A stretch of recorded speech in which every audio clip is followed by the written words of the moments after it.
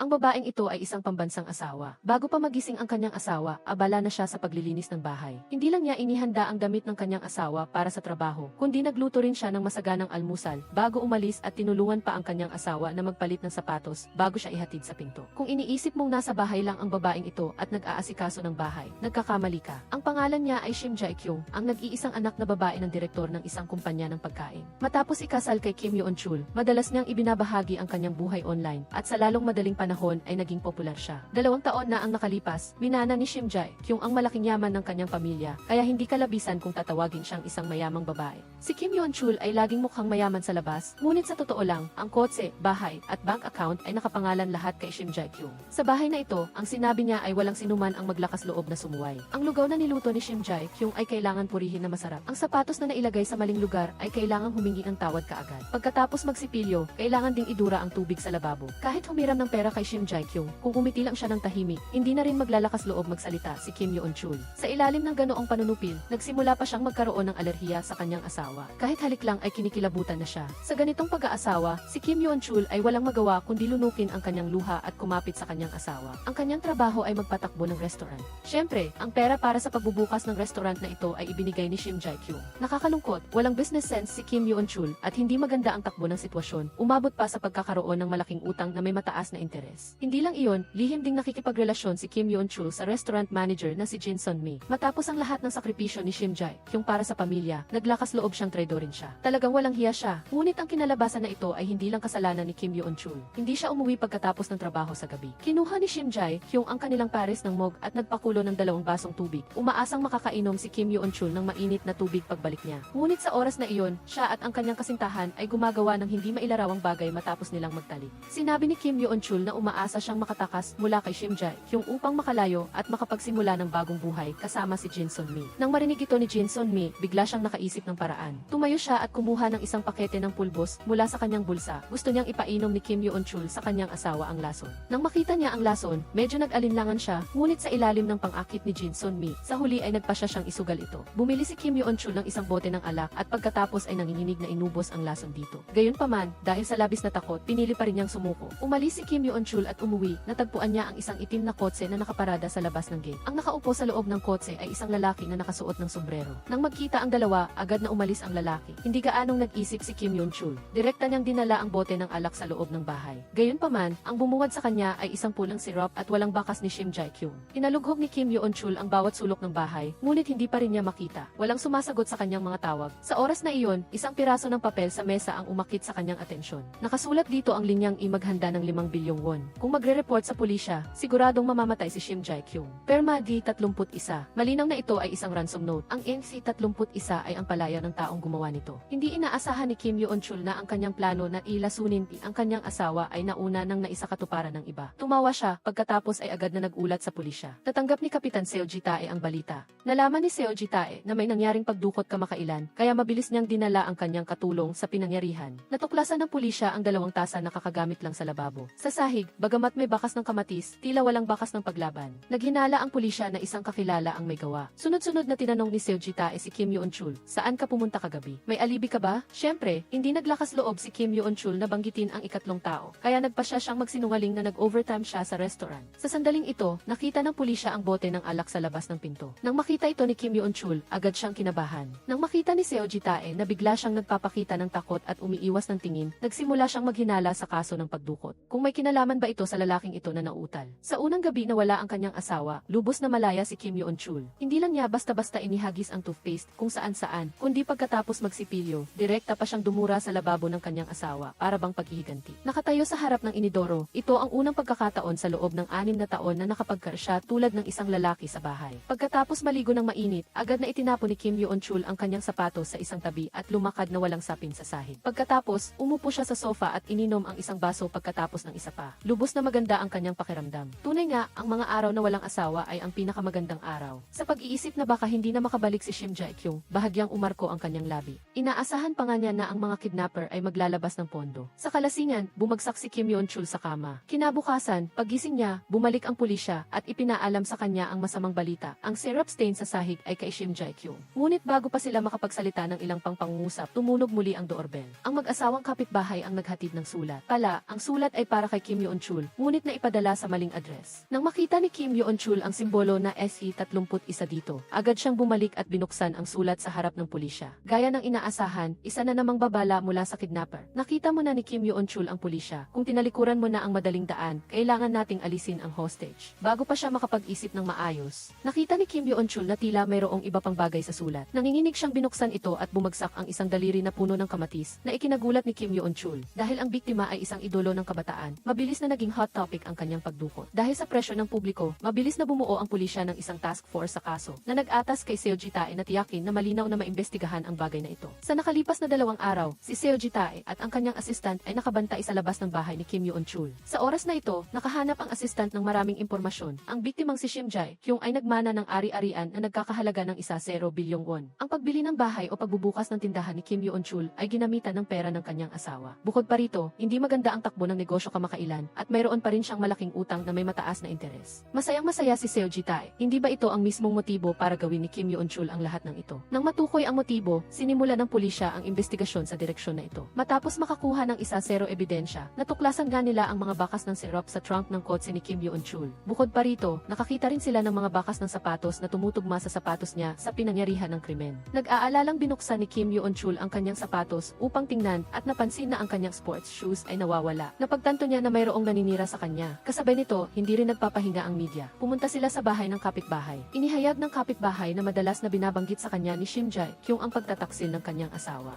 Kapag nabunyag ang relasyon ni na Kim Yoon-chul at Jin Sun-mi, tiyak na iisipin ng lahat na may masama silang balak laban kay Shim Jae-kyung. Tinawagan ni Han Yoo-min si Kim Yoon-chul at sinabihan siyang agad na itapon ang laso na alak. Agad na ibinuhos ni Kim Yoon-chul ang alak sa kanan. Pagkatapos ay umalis siya ng bahay at nagtungo sa isang liblib na pawn shop sa eskinita. Ang may-ari dito ay ang bayaw ni Kim Yoon-chul. Karaniwan, tumatanggap din siya ng mga trabaho bilang pribadong investigador, madalas na tumutulong sa pulisya na hanapin ang mga mistress. Ngayon, lumapit din sa kanya si Kim Yoon-chul upang hanapin ang kanyang asawa. Malaki ang pressure kay Kim Yoon-chul dahil siya ang pinakamalaking suspect ngayon. Kung hindi niya makita si Shim Jae-kyung, mabubunyag ang kanyang pagtataksil. Sa sandaling ito, may napansing kakaiba ang kanyang bayaw sa ibaba. Nakatingin si Kim Yoon-chul sa labas at nakita ang lalaking nakasuot ng baseball cap. Siya ang misteryosong lalaking lumabas nang mawala si Shim Jae-kyung. Walang sabi-sabi, agad na hinabo ni Kim Yoon-chul ang lalaki at sa huli ay nahuli niya ito sa rooftop. Tama nga ang hula ni Kim Yoon-chul. Mahina ang pangangatawan ng lalaking ito. Pagkatapos lang ng ilang hakbang ay hinihingal na siya. Hindi siya mukhang kayang mangidnap ng tao. Lumabas na siya ay isang nakababatang kapatid ni Shim Jae-kyung na nagkataong nalaman ang pagtataksil ni Kim Yoon-chul. Dahil gusto niyang ipagtanggol si Shim Jae-kyung, sinubaybayan niya si Kim Yoon-chul. Sinabi rin niya na matagal na niyang alam ang pagtataksil ni Kim Yoon-chul at sinabi pa na si Shim Jae-kyung ay pinatay niya.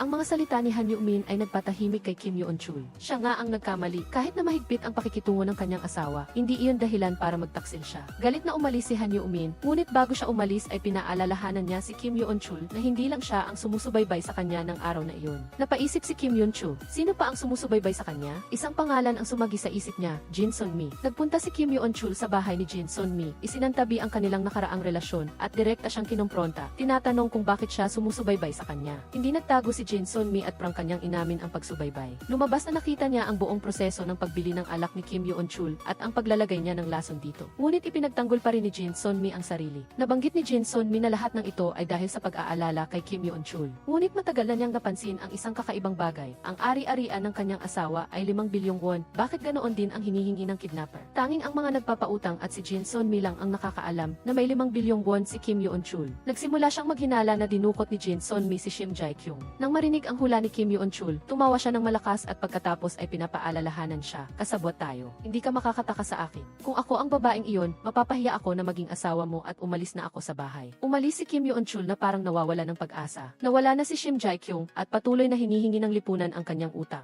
Kahit na dinukot o nilason si Shim Jae-kyung at nawala na, hindi pa rin siya makataka sa pagiging suspect. Sa oras na ito, tumawag ang kapatid na babae ni Kim Yoon-chul. Agad siyang umuwi. Ang hindi niya alam, pagkapasok niya pa lang ay pinagsasabihan na siya. Sinabi ng kanyang ate na nagkasakit ang nanay ni Kim Yoon-chul sa simula ng taon at araw-araw na bumibisita si Shim Jae-kyung para alagaan ito. Hindi lang siya nagtatrabaho sa bahay, kundi siya rin ang nangasiwa sa negosyo ng tindahan. Hindi sinabi ni Shim Jae-kyung ang lahat ng ito sa kanyang asawa dahil ayaw niyang mag-alala ito. Bukod pa rito, lubos siyang nagtitiwala kay Kim Yoon-chul at naniniwala siyang hindi siya nito bibigyan. Si Shim Jae-kyung ay isang mabuting babae at ganoon ang kanyang pagtrato sa lahat. Ang mga salita ng kanyang ate ay labis na nagpahiya kay Kim Yoon-chul. Sa oras na ito, tinawag siya ng kanyang pamangkin sa kanyang silid. Naglakad siya patungo sa kanyang pamangkin at binigyan siya ng susi. Lumabas na sinabi ni Shim Jae-kyung sa kanyang pamangkin na kung sakaling mauna siyang mawala bago si Kim Yoon-chul, ibigay ang susi na ito sa kanya. Hawak ang susi, tumakbo si Kim Yoon-chul pabalik at sinubukang buksan ang lahat ng aparador sa bahay. Sa huli, nabuksan niya ang isang lihim na compartment. Nakakita siya ng isang sulat doon. Maingat na binuksan ni Kim Yoon-chul ang sulat. Sa loob nito ay isang liham na nakasulat para sa kanya. Ang pangunahing nilalaman ay ang taos-pusong salita ni Shim Jae-kyung. Habang nagbabasa si Kim Yoon-chul, naaalala niya ang masayang panahon nilang dalawa mula sa kanilang pagkikita hanggang sa kanilang pag-ibig. Ang sumusuporta sa kanyang karera ay si Shim Jae-kyung. Ang nag-aasikaso sa kanyang buhay ay si Shim Jae-kyung. Din naluluha si Kim Yoon-chul at matagal siyang nakaupo sa sahig at hindi makatayo. Napagtanto niyang nagkamali nga siya. Kasabay nito, nakatanggap ng tawag si Seo Ji-tae. Kaya agad siyang nagtungo sa bahay ni Kim Yoon-chul at inaresto siya dahil nakita niya ang mga bakas ng ketchup sa trunk ng kotse. Sa gitna ng kaguluhan, isang sulat ang dumating. Nang kinuha niya ito, ang nagpadala ay si EE-31 pa rin. Sa loob ay mayroon ding is. Agad na pumasok ang lahat sa silid at binuksan ito. Ipinapakita ng screen ang eksena kung paano pinahirapan si Shim Jae-kyung at sa tabi niya ay ipinapakita ang panayam ni Kim Yoon-chul kaninang umaga na nagpapatunay na buhay pa rin siya. Sa oras na ito, lumabas sa screen ang isang mensahe. Maghanda ng 5 bilyong won na cash at ilagay sa bag bukas ng isa 0 jet. Kailangan itong dalhin ni Kim Yoon-chul sa simbahan ng mag-isa. Mayroon na lang silang wala pang 13 oras. Kumpara sa hinihingi ng kidnapper, sapat ang 5 bilyong won sa bank account ng pamilya. Ngunit sa loob ng maikling panahon, imposibleng ma-withdraw lahat. Nang makita ni Kim Yoon-chul ang paghihirap ng kanyang asawa, labis siyang nalungkot at nagpasya na iligtas siya anuman ang mangyari. Lumabas siya at humarap sa kamera, humihingi ng tulong sa lahat upang magpalit ng pera. Tunay na sinsero ang itsura ni Kim Yoon-chul, ngunit hindi pa rin siya nakatakas sa pagiging suspect. Gayunpaman, dahil kailangan pa rin niyang pumunta sa bangko upang mag-withdraw ng pera, pansamantalang pinalaya siya ng pulisya. Sa tulong ng media, maraming tao ang masiglang nagdala ng pera para ipagpalit kay Kim Yoon-chul. Si Jin Sun-mi ay nakihalo rin sa mga taong nagpapalit ng pera. Hindi na kailangang sabihin kung ano ang layunin niya, ngunit anuman ang mangyari, ang layunin na magpalit ng 5 bilyong won na cash ay natapos na. Matapos ikabit ng pulisya ang kagamitan sa komunikasyon kay Kim Yoon-chul, umalis din siya kasama ang pera. Sumunod agad si Seo Ji-tae at ang kanyang assistant. Ang ibang mga pulis ay nakapwesto na rin doon. Dumating si Kim Yoon-chul sa simbahan ayon sa usapan, ngunit wala siyang nakitang anino ng kidnapper. Sa sandaling ito, narinig niya ang tunog ng alarm clock sa isang pampublikong telepono. Sinundan niya ang tunog at nakakita nga ng isang relo. Mayroon pang papel dito na nagsasabi sa kanya na hintayin ang susunod na tunog ng kampana. At nga, tumunog muli ang alarm. Isang laro ang sasakyan na may relo ang dumating sa harap ni Kim Yoon-chul. Binuksan niya muli ang papel na nakalagay dito at nakasulat ang bagong oras at lugar at 30 minuto mula ngayon sa pasukan ng basketball field numero 1. Sa sandaling ito, biglang nagliyab ang simbahan. Isang lalaking nakasuot ng sombrero ang dumaan sa gitna ng maraming tao, ngunit hindi siya hinabol ni Kim Yoon-chul. Sa halip, nagmamadali siyang tumakbo patungo sa bagong lugar. Mabilis din na sumunod ang pulisya nang makakuha sila ng impormasyon. Gayunpaman, ang hindi nila inaasahan ay pagdating pa lang nila sa baseball field, tumunog muli ang pamilyar na tunog ng kampana. Sa ilalim ng upuan ay may relo. Binuksan niya ang papel at nakita na muling binago ng kidnapper ang address. Patuloy na tumakbo si Kim Yoon-chul patungo sa pier. Isang drone ang lumitaw sa harap ni Kim Yoon-chul. Ang nilalaman ng papel ay humihingi kay Kim Yoon-chul na isabit ang pera dito. Sinabihan siya ni Seo Ji-tae na sundin ito at ilagay din ang relo. Hindi nga nagkamali si Seo Ji-tae na siya ay isang profesional. Sa pamamagitan ng function ng relo, saan man magpunta ang drone, mahahanap nila ito. Lahat ng pulis ay sumunod sa gate at nagtipon sa lokasyon ng drone. Sa sandaling ito, isang lalaking nangangalakal ang nakatayo malapit sa drone, tila gustong kuhanin ang pera. Agad na nagbigay ng utos si Seo Ji-tae. Lumitaw ang mga pulis mula sa 4 na direksyon upang kontrolin siya. Ngunit inosente ang lalaking ito, nagtataka lang siya kaya lumapit. Sa oras na ito, natuklasan ni Seo Ji-tae na lahat ng pera sa bag ay naging papel. Paano nangyari iyon? Mahigpit na binantayan ang bag ng pera at tanging si Kim Yoon-chul lang ang nagkaroon ng pagkakataong palitan ang bag. Lumabas na ang sulat sa baseball field ay mayroon pang kalahati sa likod. Na nag-uutos kay Kim Yoon-chul na huwag sabihin ang bahaging ito sa pulisya at iwanan ang bag ng pera sa basurahan sa tabi ng kalsada. Pagkatapos ay dalhin ang bag na puno ng papel. Upang iligtas ang buhay ng kanyang asawa, wala nang ibang pagpipilian si Kim Yoon-chul. Lubos na nagalit si Seo Ji-tae. Napakaraming pulis ang niloko niya sa buong araw. Ngunit si Kim Yoon-chul ay napakakalmado. Direkta niyang itinapon ang headset at umalis. Kinagabihan, muling dinala ni Seo Ji-tae ang isang grupo ng mga tao sa bahay ni Kim Yoon-chul. Sinabing nakatanggap sila ng ulat na nagdedemanda sa kanya dahil sa paglagay ng kung ano sa alak. Kaya, humingi si Seo Ji-tae ng search warrant upang kuhanin ang kahinahinalang bote ng alak na dinala ni Kim Yoon-chul noong araw na iyon. Habang naghahanap ang pulisya sa ibang silid, bumalik si Kim Yoon-chul sa kanyang silid upang itago ang bote ng alak. Ngunit hindi niya naloko si Seo Ji-tae. Sa halip, nahuli siya ng pulisya sa akto. Hawak ni Seo Ji-tae ang walang laman na bote ng alak at itinuro ang takip na kahoy sa bote. Pinapaalalahanan si Kim Yoon-chul, kahit nasirain mo ang ebidensya, ang alak na natira sa takip ay sapat na upang mapatunayan ang iyong pagkakasala. Wala nang masabi si Kim Yoon-chul kundi tanggapin ang mga tanong ng pulisya. Ngunit kahit anong tanong ni Seo Ji-tae, sinasagot lang niya ng hindi ko alam o hindi ko sigurado. Nalaman ng pulisya na ang kasintahan ni Kim Yoon-chul ay ang manager ng restaurant. Bukod pa rito, binisita ni Seo Ji-tae ang security guard sa bahay ni Jin Sun-mi. Sinabi niya na bawat Biyernes ay dumadaan si Kim Yoon-chul dito. Sa pamamagitan ng bank statement ni Jin Sun-mi, natuklasan ng pulisya ang kasaysayan ng pagbili ng sumac extra at ang sangkap na ito ay nagkataong maaaring makalikha ng toxins. Dagdag pa, nagtapos siya sa food chemistry, kaya hindi lang siya may motibo kundi may kakayahan din. Ang pinakamahalaga ay nakita ng pulisya si Jin Sun-mi sa kamera sa baseball field. Iyon ang lugar kung saan ipinagpalit ni Kim Yoon-chul ang 5 bilyong won na bag ng pera. Nangahas pa rin siyang sabihin na ang pagdukot na ito ay walang kinalaman sa kanilang dalawa. Nang makita ang pulisya na mapilit na gusto siyang dalhin, nagmamakaawa si Kim Yoon-chul at sinabi kay Seo Ji-tae na payagan siyang maghintay ng kaunti pa. Maghintay lang hanggang sa magpadala ang kidnapper ng isa pang mensahe. Nang makita ni Seo Ji-tae na ganito kasigla si Kim Yoon-chul, bigla siyang lumambot at pinayagan siyang maghintay hanggang hating gabi. Kasabay nito, pinaalalahanan din niya si Kim Yoon-chul kung matutuklasan ang lason sa bote ng alak. Kahit bumalik pa si Shim Jae-kyung, arestado pa rin siya. Sa oras na ito, nakita rin ni Jin Sun-mi ang balita na nakita ng pulisya ang lason na alak sa bahay ni Kim Yoon-chul. Labis siyang natakot at nagmadaling tumakas. Ang hindi niya alam, napalibutan na siya ng mga reporter sa labas. Sa oras na ito, dumating na rin ang pulisya at gustong dalhin si Jin Sun-mi para imbestigahan. Ngunit sa bar, isang lalaki na may seryosong mukha ang sumasagot sa telepono. Bawat segundo at minuto ay lumipas at papalapit na ang hating gabi. Si Yoon-chul ay bumalik sa silid ng mag-isa, pinapanood ang video ng kanilang kasal noong taon na iyon. Napakagulo ng kanyang damdamin, kung sasabihin niyang hindi siya nagsisisi, iyon ay kasinungalingan. Hindi siya dapat nagtaksil, at lalong hindi niya dapat naisipang patayin ang kanyang asawa. Ngayon na nahuli si Jae-kyung, hinihintay niya ang resulta ng pagsusuri ng bote ng alak. Sa oras na iyon, ang katotohanan ay nasa harap na niya, at kahit na lumusong si Yoon-chul sa ilog ay hindi niya mahugasan ang kanyang mga kasalanan. Sa huli, pinili niyang magpakamatay. Gayunpaman, ang tunog ng pagbagsak ng upuan ay nakaakit ng atensyon ng pulis sa ibaba. Mabuti na lang at dumating si Ji-tae sa tamang oras para iligtas si Yoon-chul. Sa sandaling ito, ang misteryosong tao sa bar ay nakatanggap ng isang maleta na mukhang sapat ang laki upang maglaman ng 5 bilyong won. Kasabay nito, natagpuan din ng pulisya. Si Shim Jae-kyung ay seryosong nasugatan sa tabi ng ilog. Tunay ngang buhay pa siya. Sa sandaling dinala si Shim Jae-kyung ng ambulansya, bahagyang napangiti ang kanyang labi. Kakaligtas lang niya mula sa isang pagdukot. Ngunit walang nakakaalam na ang nakakagulat na kasong ito ay isang palabas lamang na isinagawa niya. Lumipas ang isang gabi at nakahiga si Shim Jae-kyung sa kama. Ang naputol niyang daliri at ang sugat sa kanyang ulo ay nagdulot sa kanya ng matinding sakit. Ngunit ang sakit sa kanyang katawan ay hindi kasing tindi ng pinsala sa kanyang kaluluwa. Isang tanong lang ang nasa isip ni Shim Jae-kyung. Nagtagumpay ba o nabigo ang planong ito? Bumalik ang oras 2 taon na ang nakakaraan. Matapos pumanaw ang kanyang mga magulang, minana ni Shim Jae-kyung ang bahagi ng ari-arian.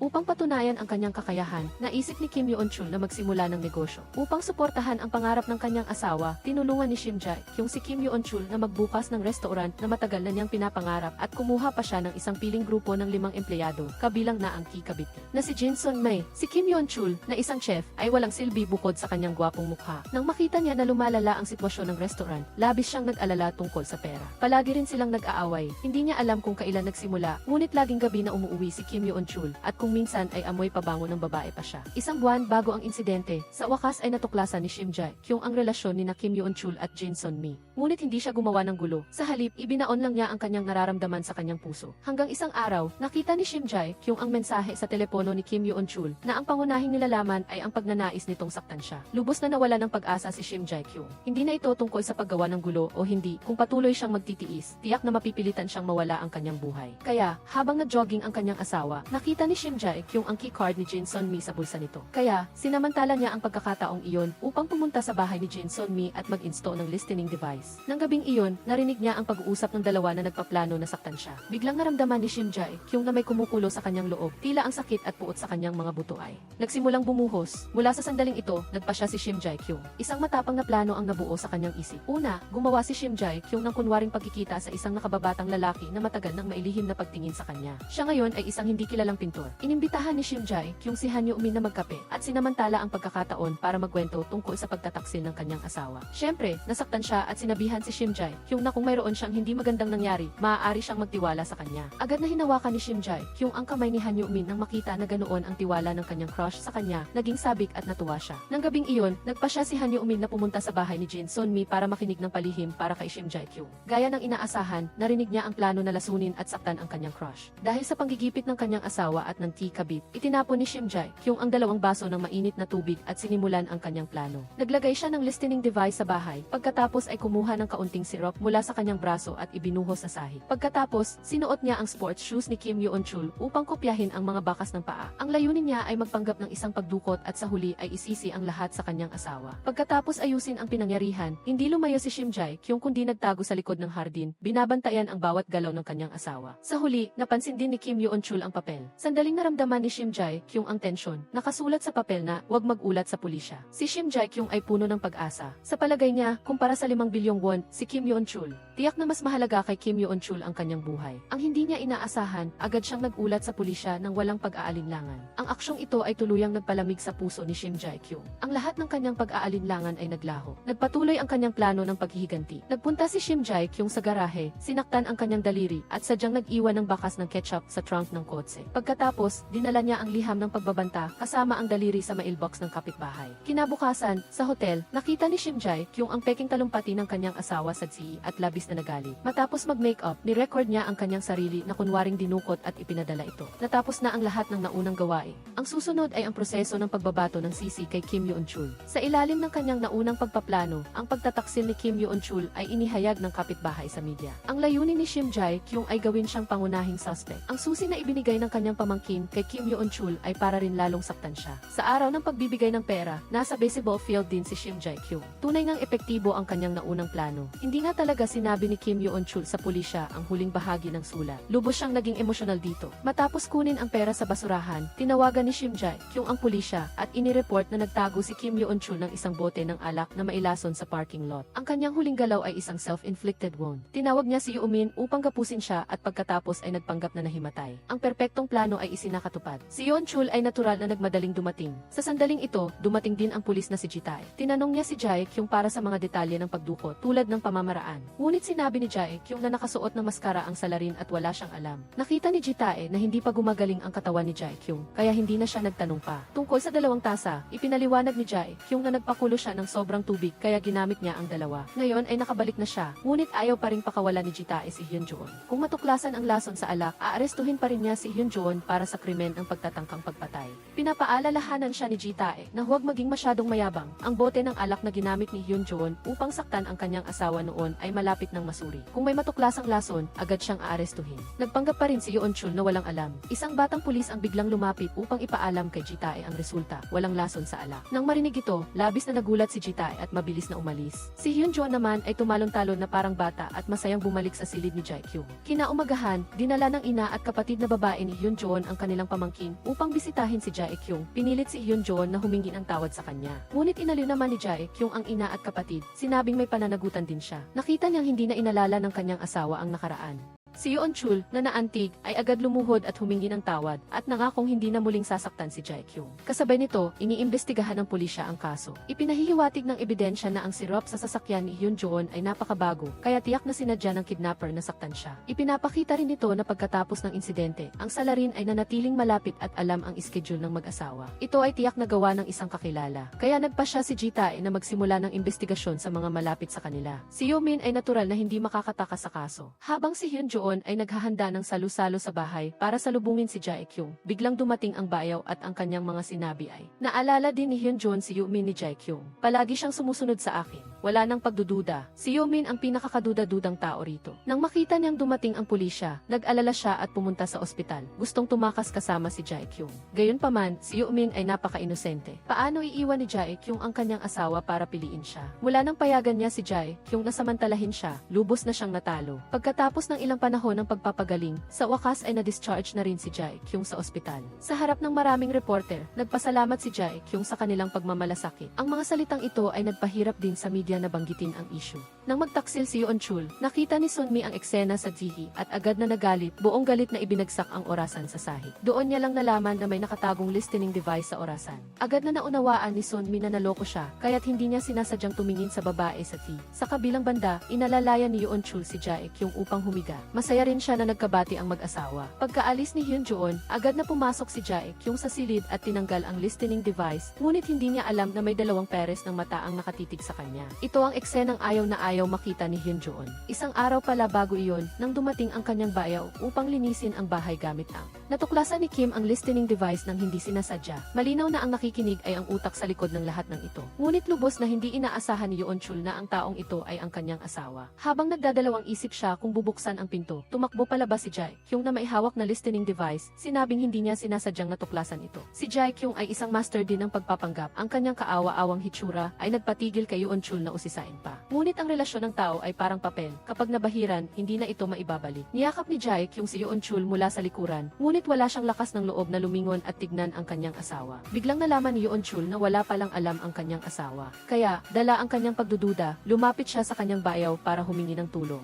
Ibinahagi rin ng kanyang bayaw ang kanyang hinala na ang kasong ito ay isang drama na ginawa ni Jae-kyung. Ngunit ano ang motibo niya sa paggawa nito? Nagpatuloy ang kanyang bayaw sa pagbabahagi ng kanyang iniisip. Kung hindi kulang sa pera si Jae-kyung, tiyak na mayroon siyang ibang motibo. Sa payo ng kanyang bayaw, nagsimulang magduda si Yoon Chul. Maaaring nagtataksil din si Jae-kyung. Sa labas, sinabi niyang imposible, ngunit sa loob, naiisip niya iyon. Tutal, siya ang unang nagtaksil, kaya madaling maunawaan kung gumawa si Jae-kyung ng ganoong bagay para maghiganti. Sa ilalim ng payo ng kanyang bayaw, nagpa siya si Yoon Chul na kontrolin ang sitwasyon. Lihim siyang umuwi mula sa trabaho upang obserbahan ang bawat galaw ni Jae-kyung. Ngunit nakita lang niya itong gumagawa ng mga gawaing bahay at pagkatapos ay nagyoga kasama ang kanyang mga kaibigan. Huwag na nating pag-usapan ang mga lalaki, kahit ang mga lalaking hayop ay wala siyang nakita. Wala nang silbi ang patuloy na panonood. Nang umalis si Hyun Joon, hindi sinasadya niyang nakasalubong si Yumin pagka-uwi niya. Sinundan niya ang social media account ni Jae-kyung at natagpuan ang account ni Yumin. Ang mga larawan na ipinost niya sa kanyang personal na page ay mga bagay mula sa bahay ni Hyun Joon, kasama pa ang kanilang magkatulad na tasa. Ipinapakita nito na ang relasyon ni Jae-kyung at Yumin ay ganap na hindi normal. Naisip ni Yoon Chul na ang pagdukot ay isang sabwatan na ginawa ng dalawa upang saktan siya. Natigilan siya.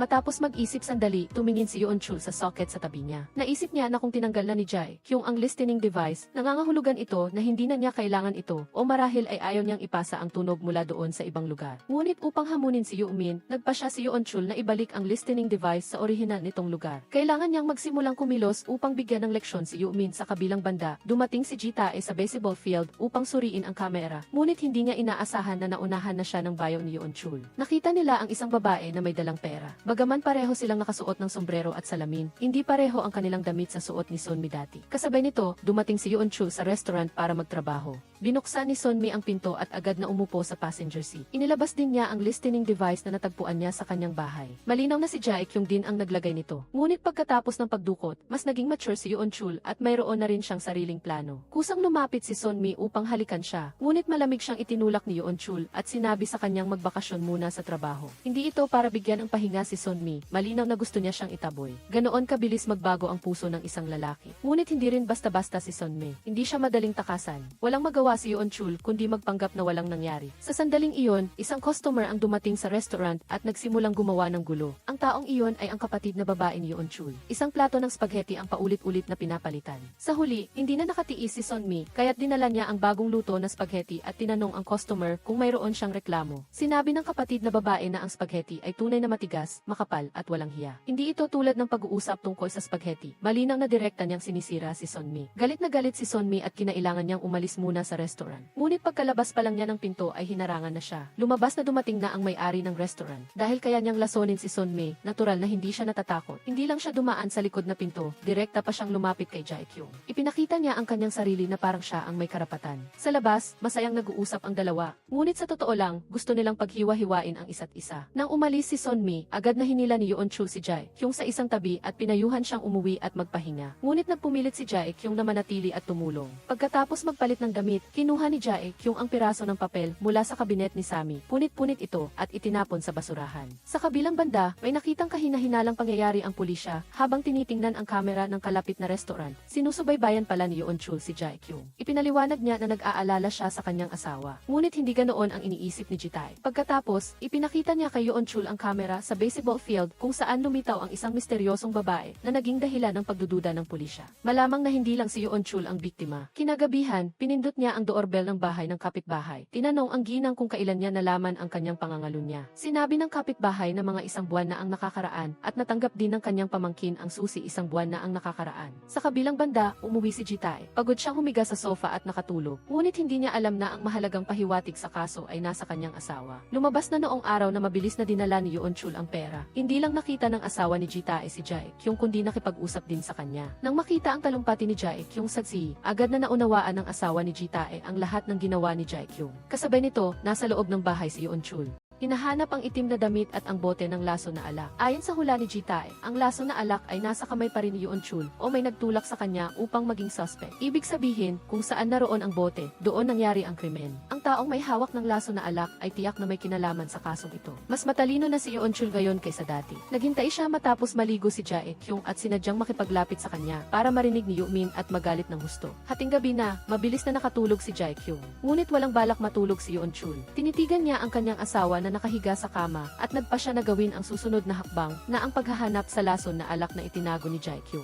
Habang maingat siyang naghahanap, biglang bumukas ang ilaw sa silid. Lumitaw si Jae-kyung sa dulo ng pasilyo na may hawak na bote ng alak na nababalutan ng papel. Sobrang hindi inaasahan ang sitwasyon. Tinitigan ni Yoon Chul ang magandang asawa sa harap niya at nagsimulang matakot. Hindi na nagkunwari si Jae-kyung. Yoon Chul, ngayon ay wala ka ng ibang pagpipilian kundi tumawag ng pulis. Ngunit matalino si Jae-kyung, paano niya papayagan ang kanyang asawa na tumawag ng pulis? Sinabi ni Yoon Chul na ang bote ng alak na ipinadala para sa pagsusuri ay walang nakita. Huwag mo siyang pilitin. Tinanong muli ni Jae-kyung kung bakit hindi siya nagtaka na walang anuman sa alak. Malinaw na si Jae-kyung ang nagpalit ng bote. Kung ibibigay niya ito sa pulisya, tapos na si Yoon Chul. Upang makuha ang bote ng alak, naglaban ang mag-asawa. Buong talino siyang mas mababa sa kanyang asawa. Ngunit nakakainis na kahit sa lakas, hindi siya manalo. Inakala ni Yoon Chul na nagyoga lang si Jae-kyung. Ngunit hindi niya inaasahan na isa rin pala siyang Eagle Master. Nagpagulong-gulong ang mag-asawa mula sa itaas. Samantala, bago pa makatayo si Jae-kyung, kinuha ni Yoon Chul ang bote ng alak at handa ng sirain. Gayunpaman, sinabi ni Jae-kyung na paano niya mailalabas ang ganoong kahalagang ebidensya sa harap ni Yoon Chul. Ngayon, hindi na niya alam kung alin ang totoo at alin ang peke. Sa sandaling ito, tumawag ang bayaw kay Yoo-min.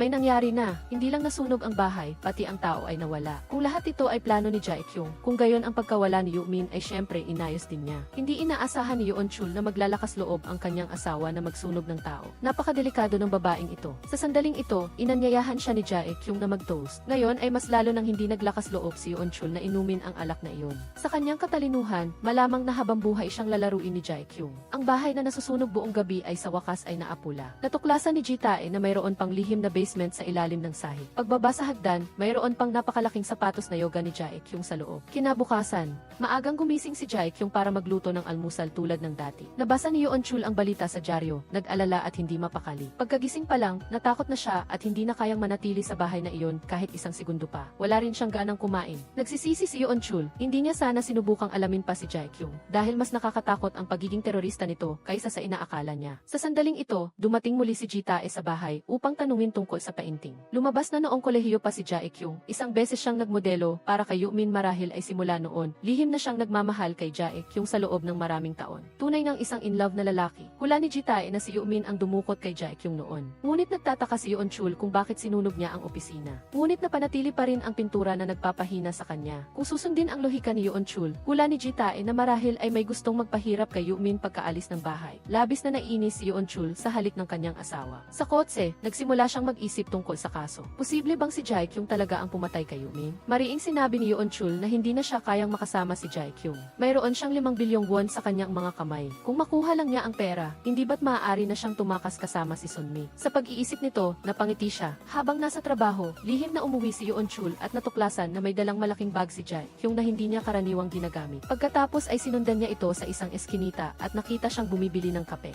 Sa sandaling ito, lumitaw ang isang misteryosong tao na may dalang maleta. Ito ay si Yoo-min na nawala sa apoy. Siya ay naglaho noon, ngunit bigla siyang bumalik. Isa lang ang posibilidad, dati nagpapanggap lang siya. Nakahinga ng maluwag si Yoon Chul. Sa totoo lang, hindi rin naiintindihan ni Jae-kyung kung bakit kailangang sunugin ni Yoo-min ang bahay. Lumabas na nag-alala siya na may mga fingerprint niya sa loob ng bahay at natatakot siyang matuklasan ito ng pulisya. Kaya't, sa isang mabilis na desisyon, sinira niya ang bahay. Tungkol naman sa panginginig ng mga paa sa basement, iyon ay dahil hindi niya natiis na makita ang taos-pusong pag-ibig ni Yumin, hindi na rin pinansin ni Jae-kyung iyon. Pagkatapos, nagpunta ang dalawa sa isang liblib na lugar at binuksan ang maleta. Tunay ng 5 bilyong cash. Nakita lahat iyon ni Yeon-chul. Sa pag-iisip sa lahat ng hirap na pinagdaanan niya para sa 5 bilyong ito, biglang nagkaroon ng matalinong ideya si Yeon-chul. Kung susundin niya lang si Yumin, hindi ba't madali niyang mababawi ang pera? Gayunpaman, natuklasan pa rin siya ni Jae-kyung. Muling nabigo ang plano ni Yeon-chul. Wala siyang nagawa kundi magkunwari na nagkataon lang ang kanilang pagkikita. Dahil nagkita na sila, sabay silang pumunta sa restaurant. Biglang nagustuhan ni Jae-kyung ang magpanggap na amo. Hindi lang niya gustong bumaba sa basement para tingnan ang mga butil ng kape. Pinalitan pa niya ang pangalan ng kabinet ng damit sa kanyang pangalan. Tanghali, siya mismo ang bumaba sa kusina para ipakita ang kanyang galing sa pagluluto. Dahil dito, mas lalo siyang nagustuhan ng mga empleyado. Nakita ni Sunmi ang eksenang ito mula sa labas ng pinto at nagngit-ngit sa galit. Pagkatapos ay nagpadala siya ng mensahe kay Yeon-chul upang magkita sila sa likod na pinto.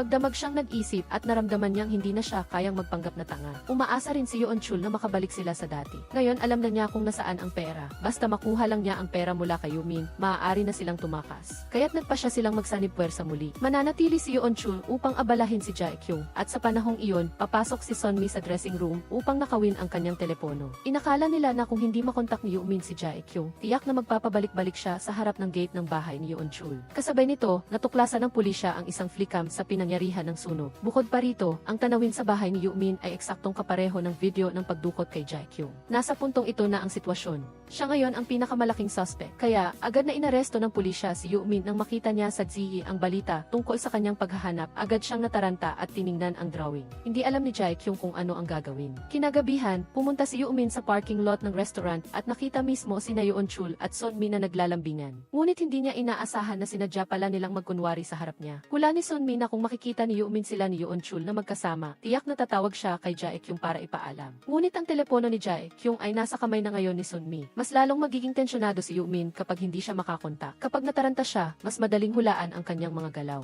Ang chessboard na ito ay hindi lang iisang piyesa. Nang matuklasan ni Jae-kyung na nawawala ang kanyang telepono, agad niyang tinawagan si Yeon-chul. Nang makitang inutusan siya ng kanyang asawa na umuwi, mabilis na sinundo siya ni Sunmi. Nang makabalik ang dalawa sa bahay, agad na pumasok si Jae-kyung. Sumunod agad si Yeon-chul. Habang paalis siya sa garahe, biglang lumabas si Yumin na may hawak na kutsilyo na parang handang makipaglaban kay Yeon-chul hanggang kamatayan. Gayunpaman, hindi niya inaasahan na ang Diyosa sa kanyang puso ay kakampi pala sa lalaking ito. Para kay Yumin, nabubuhay si Jae-kyung sa impyerno, ngunit hindi siya makatakas mag-isa. Kaya, gusto niyang saktan si Yeon-chul at iligtas si Jae-kyung mula sa kasana ito. Ang kanyang kagustuhan, ang tangi niyang kagustuhan ay bigyan siya ng kalayaan. Gayunpaman, agad na pinalayas ni Jae-kyung si Yumin, muntik nang mawala ang kanyang buhay sa sariling garahe. Lubos na nagalit si Yeon-chul, hindi na talaga niya kayang tiisin pa. Hindi ba't lason lang naman iyon? Bakit hindi pa rin siya namatay? Mas gugustuhin pa niyang makulong ng ilang taon para sa krimen ang pagtatangkang pagpatay kaysa mabuhay ng ganito. Galit na tumalikod si Yeon-chul at aalis na sana, ngunit inalok ni Jae-kyung na bigyan siya ng 5 bilyong won bilang kabayaran sa pagliligtas ng kanyang buhay. Ngunit kahit anong plano pa ang gawin ni Jae-kyung, hindi maitatanggi ni Yeon-chul na balak niyang patayin ang kanyang asawa noon. Pagkatapos magtalo sina Jae-kyung at Yeon-chul, bumalik sila sa kanilang silid. Hindi inaasahan, naghanda pala ang pamilya ng isang sorpresang salu-salo upang ipagdiwang ang paglabas ni Jae-kyung sa ospital. Para kay Yeon-chul, na lubos na nagingit-ngit sa galit, hindi ito sorpresa, malinaw na ito ay nakakatakot. Gayunpaman, may amo ang bahay, tiningnan ni Jae-kyung si Yeon-chul at wala siyang nagawa kundi magkunwari na sila ay isang magkasundong mag-asawa. Sa sandaling ito, tumunog ang doorbell. Hindi inaasahan, ito pala ang asawa ng kapitbahay. Nagdala siya ng seafood upang batiin si Jae-kyung sa kanyang paglabas sa ospital. Ngunit hindi alam ni Jae-kyung at Yeon-chul na nakita niya ang lahat ng nangyari kanina sa garahe. Nagulat din si Min-kyung, hindi niya inaasahan na ang perpektong mag-asawa na ito ay may ganoong nakakatakot na lihim. Habang masayang nag-uusap ang lahat sa sala, nakatanggap si Yeon-chul ng tawag mula kay Sunmi. Sinusundan niya si Yumin kaya alam niya kung nasaan nakatago ang 5 bilyong won. Nang tumawag si Yeon-chul, hindi niya alam na naririnig na pala ng kanyang bayaw ang lahat sa labas ng pinto. Kinagabihan, habang mahimbing ang tulog ni Yeon-chul, mag-isa si Jae-kyung na nagmaneho papunta sa bar para hanapin ang misteryosong lalaki doon. Ang lalaking ito ay may mahalagang papel sa kanyang pagpapanggap na pagdukot. Sinabi ni Jae-kyung sa kanya, hindi ko inaasahan na ganoon ang gagawin ni Yumin. Pinayuhan ng lalaki si Jae-kyung na magpasya at alisin siya. Sa sandaling ito, tiningnan ni Yumin ang maleta na naglalaman ng pera at pagkatapos ay tiningnan ang drawing ni Jae-kyung. Alam niyang ginagamit lang siya ni Jae-kyung.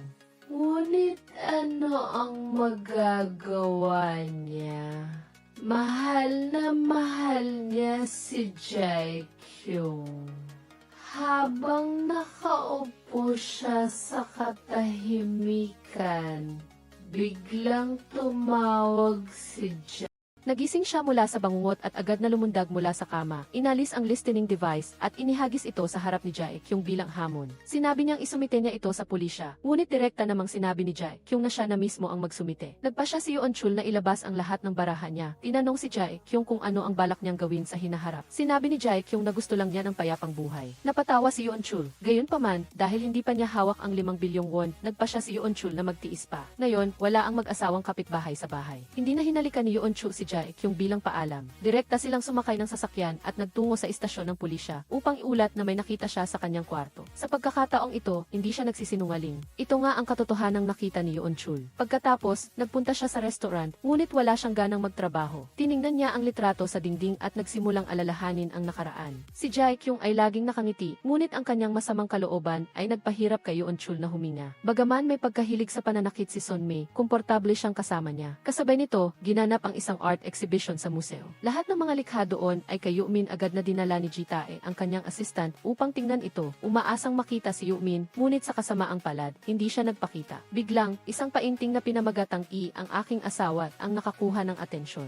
Bagamat natakpan ang mukha ng taong ito, mula sa kanyang mukha at pangangatawan ay mahihinuha na ito ay si Jae-kyung. Ang lalaki sa bar ay lumitaw din sa grupo na nagpapaalam kay Jae-kyung na si Yumin ay kumilos sa sarili niyang kagustuhan at binigyan siya ng painting. Sa isang iglap, sumapit ang gabi. Nakatanggap si Yeon-chul ng mensahe mula kay Sunmi at naghahanda siyang pumunta sa bahay ni Yumin para simulan ang kanyang plano. Ngunit kasabay nito, dumating din si Jae-kyung sa exhibition. Tiningnan niya ang painting na pinamagatang ang aking asawa at pagkatapos ay binunot niya ang kanyang telepono. Ang nasa kabilang linya ay ang misteryosong tao. Nagplano rin silang puntiryahin si Yumin. Alam ni Yeon-chul na ang kaso ng pagdukot kay Jae-kyung ay gawa-gawa lang niya. Nahulaan niya na ang 5 bilyong won. Ang won kaya ay nakatago sa hotel na kinaroroonan ni Yumin, kaya nagpa siya siyang makipagtulungan kay Sunmi para makuha ang perang ito. Kinagabihan, nakatanggap si Yeon-chul ng mensahe mula kay Sunmi na sinasabing sa wakas ay lumabas na si Yumin ng kanyang silid. Agad siyang nagmaneho patungo doon. Nauna si Sunmi at naisip niya kung paano bubuksan ang nakakandadong pinto. Nagpanggap siyang customer at hiniling sa staff na buksan ang pinto ng silid para sa kanya. Pagkapasok ni Sunmi, nakita niya agad ang maleta sa sahig. Lumabas na ito nga ang maleta na may lamang pera na binanggit ni Hyun-joon. Habang nagpapanik siya sa paghahanap ng paraan para buksan ang kandado, may isang lalaki ring lumapit sa silid ni Yumin at siya ang misteryosong lalaki na nakipagkita kay Jae-kyung sa bar. Si Sunmi,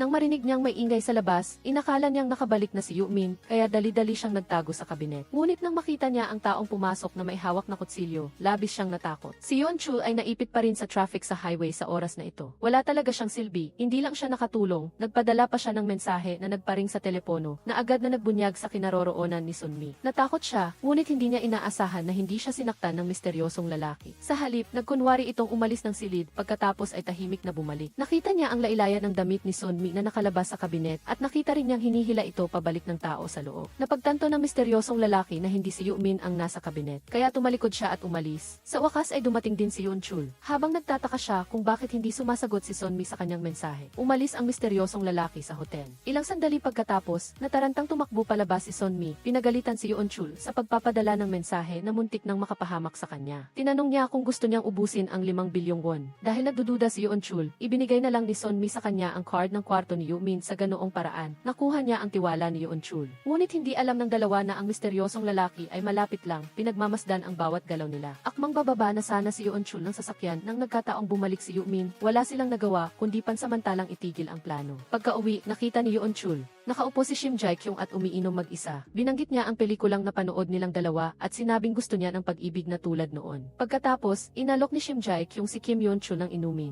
Walang ganang pumayag si Kim Yeon-chul, ngunit may kondisyon na isang inumin lang. Ngunit pagkatapos uminom, agad na nakatulog si Kim Yeon-chul. Kinaumagahan, paggising niya, nakita niya ang sulat na iniwan ni Shim Jae-kyung na nagsasabing nasa coffee shop na siya. Labis na natuwa si Kim Yeon-chul. Ito nga ang isang beses sa 1,000 pagkakataon. Agad siyang nagmaneho patungong hotel at natagpuan sa sahig ang maleta mula noong araw na iyon. Mas lalo siyang natuwa dahil hindi pa nakakandado ang maleta. Gayunpaman, nang buksan niya ito, agad na natigilan si Kim Yeon-chul.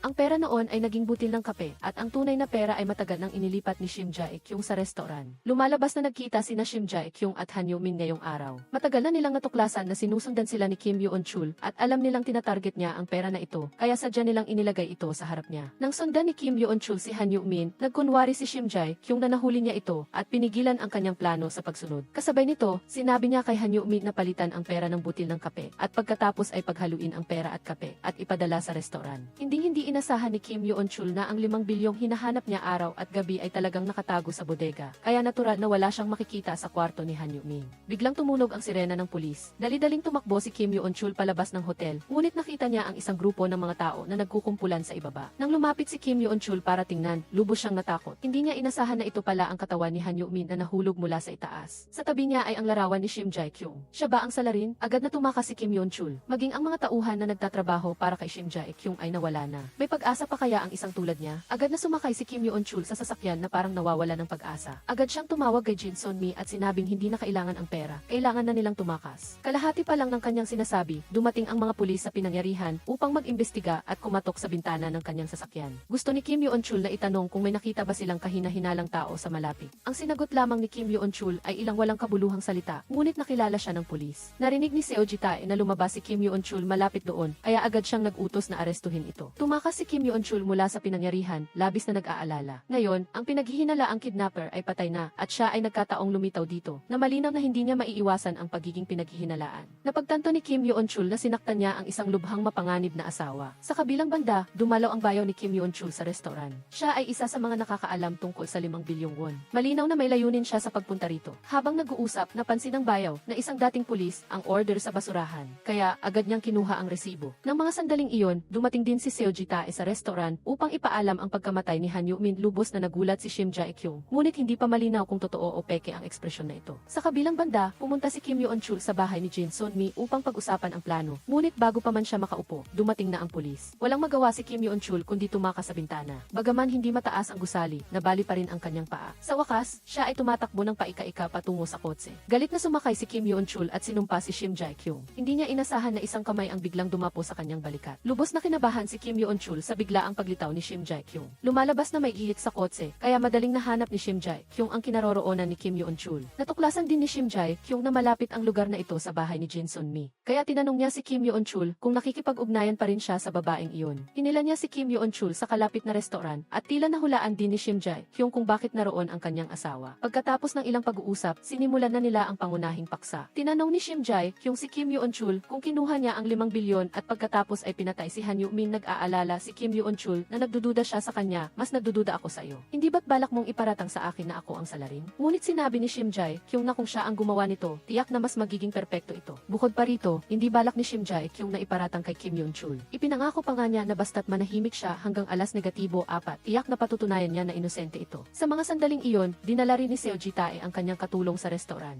Ito ay inayos din ni Shim Jae-kyung. Pagkatapos, dinala si Kim Yoon-chul sa istasyon para interogahin. Ngunit kahit anong tanong ni Seo Ji-tae, hindi siya umimik. Kahit na kinuna ng kamera ang kanyang paglitaw sa pinangyarihan, naaalala ang sinabi ni Shim Jae-kyung. Mahigpit pa ring ipinagbigi ni Kim Yoon-chul ang kanyang ngipin at sinabing nagkataon lamang. Mula sa labas ng interrogation room, may narinig na iyak. Lumabas na dumating si Jin Sun-mi para iligtas si Kim Yoon-chul. Mahigpit niyang ipinaliwanag sa pulis na si Kim Yoon-chul ay naroroon dahil nagde-date silang dalawa at natakot silang mahuli, kaya tumakas siya. Agad na binunyag ni Seo Ji-tae ang kasinungalingan ni Jin Sun-mi. Pinayuhan din niya ito na bago mapatunayan ang kanilang relasyon batay sa kasaysayan ng tawag, mas mainam na maging tapat. Nang makita niyang walang silbi ang paghingi ng tulong, umalis si Jin Sun-mi sa istasyon ng pulis. Pagkalabas niya sa pinto, nakita niya si Shim Jae-kyung na nagdala ng abogado upang iligtas si Kim Yoon-chul. Nagkasalubong ang dalawang magkaaway na puno ng tensyon. Pagkatapos, lumabas ang abogado ni Shim Jae-kyung at binigyan si Jin Sun-mi ng isang sulat. Sa loob nito ay ang pera para sa pagtatanggal sa trabaho. Babala kay Jin Sun-mi na lumayo kay Kim Yoon-chul sa hinaharap at pagkatapos ay tinanggal siya sa trabaho. Labis na nagalit si Jin Sun-mi. Ngunit kung gaano kaganda tingnan ang pagtapo ng pera, ganoon naman kababa tingnan ang pagpulot ng pera. Sa interrogation room, ayaw pa ring magsalita ni Kim Yoon-chul. Nang mga sandaling iyon, natanggap ni Seo Ji-tae ang pinakabagong resulta ng pagsusuri. Natagpuan ang fingerprint ni Kim Yoon-chul sa kutsilyo ni Han Yu-min para kay Seo Ji-tae. Ito ang patunay na siya ang gumawa nito. Nang aarestuhin na sana ng pulis si Kim Yoon-chul, biglang tumayo si Shim Jae-kyung at inako ang lahat ng kasalanan.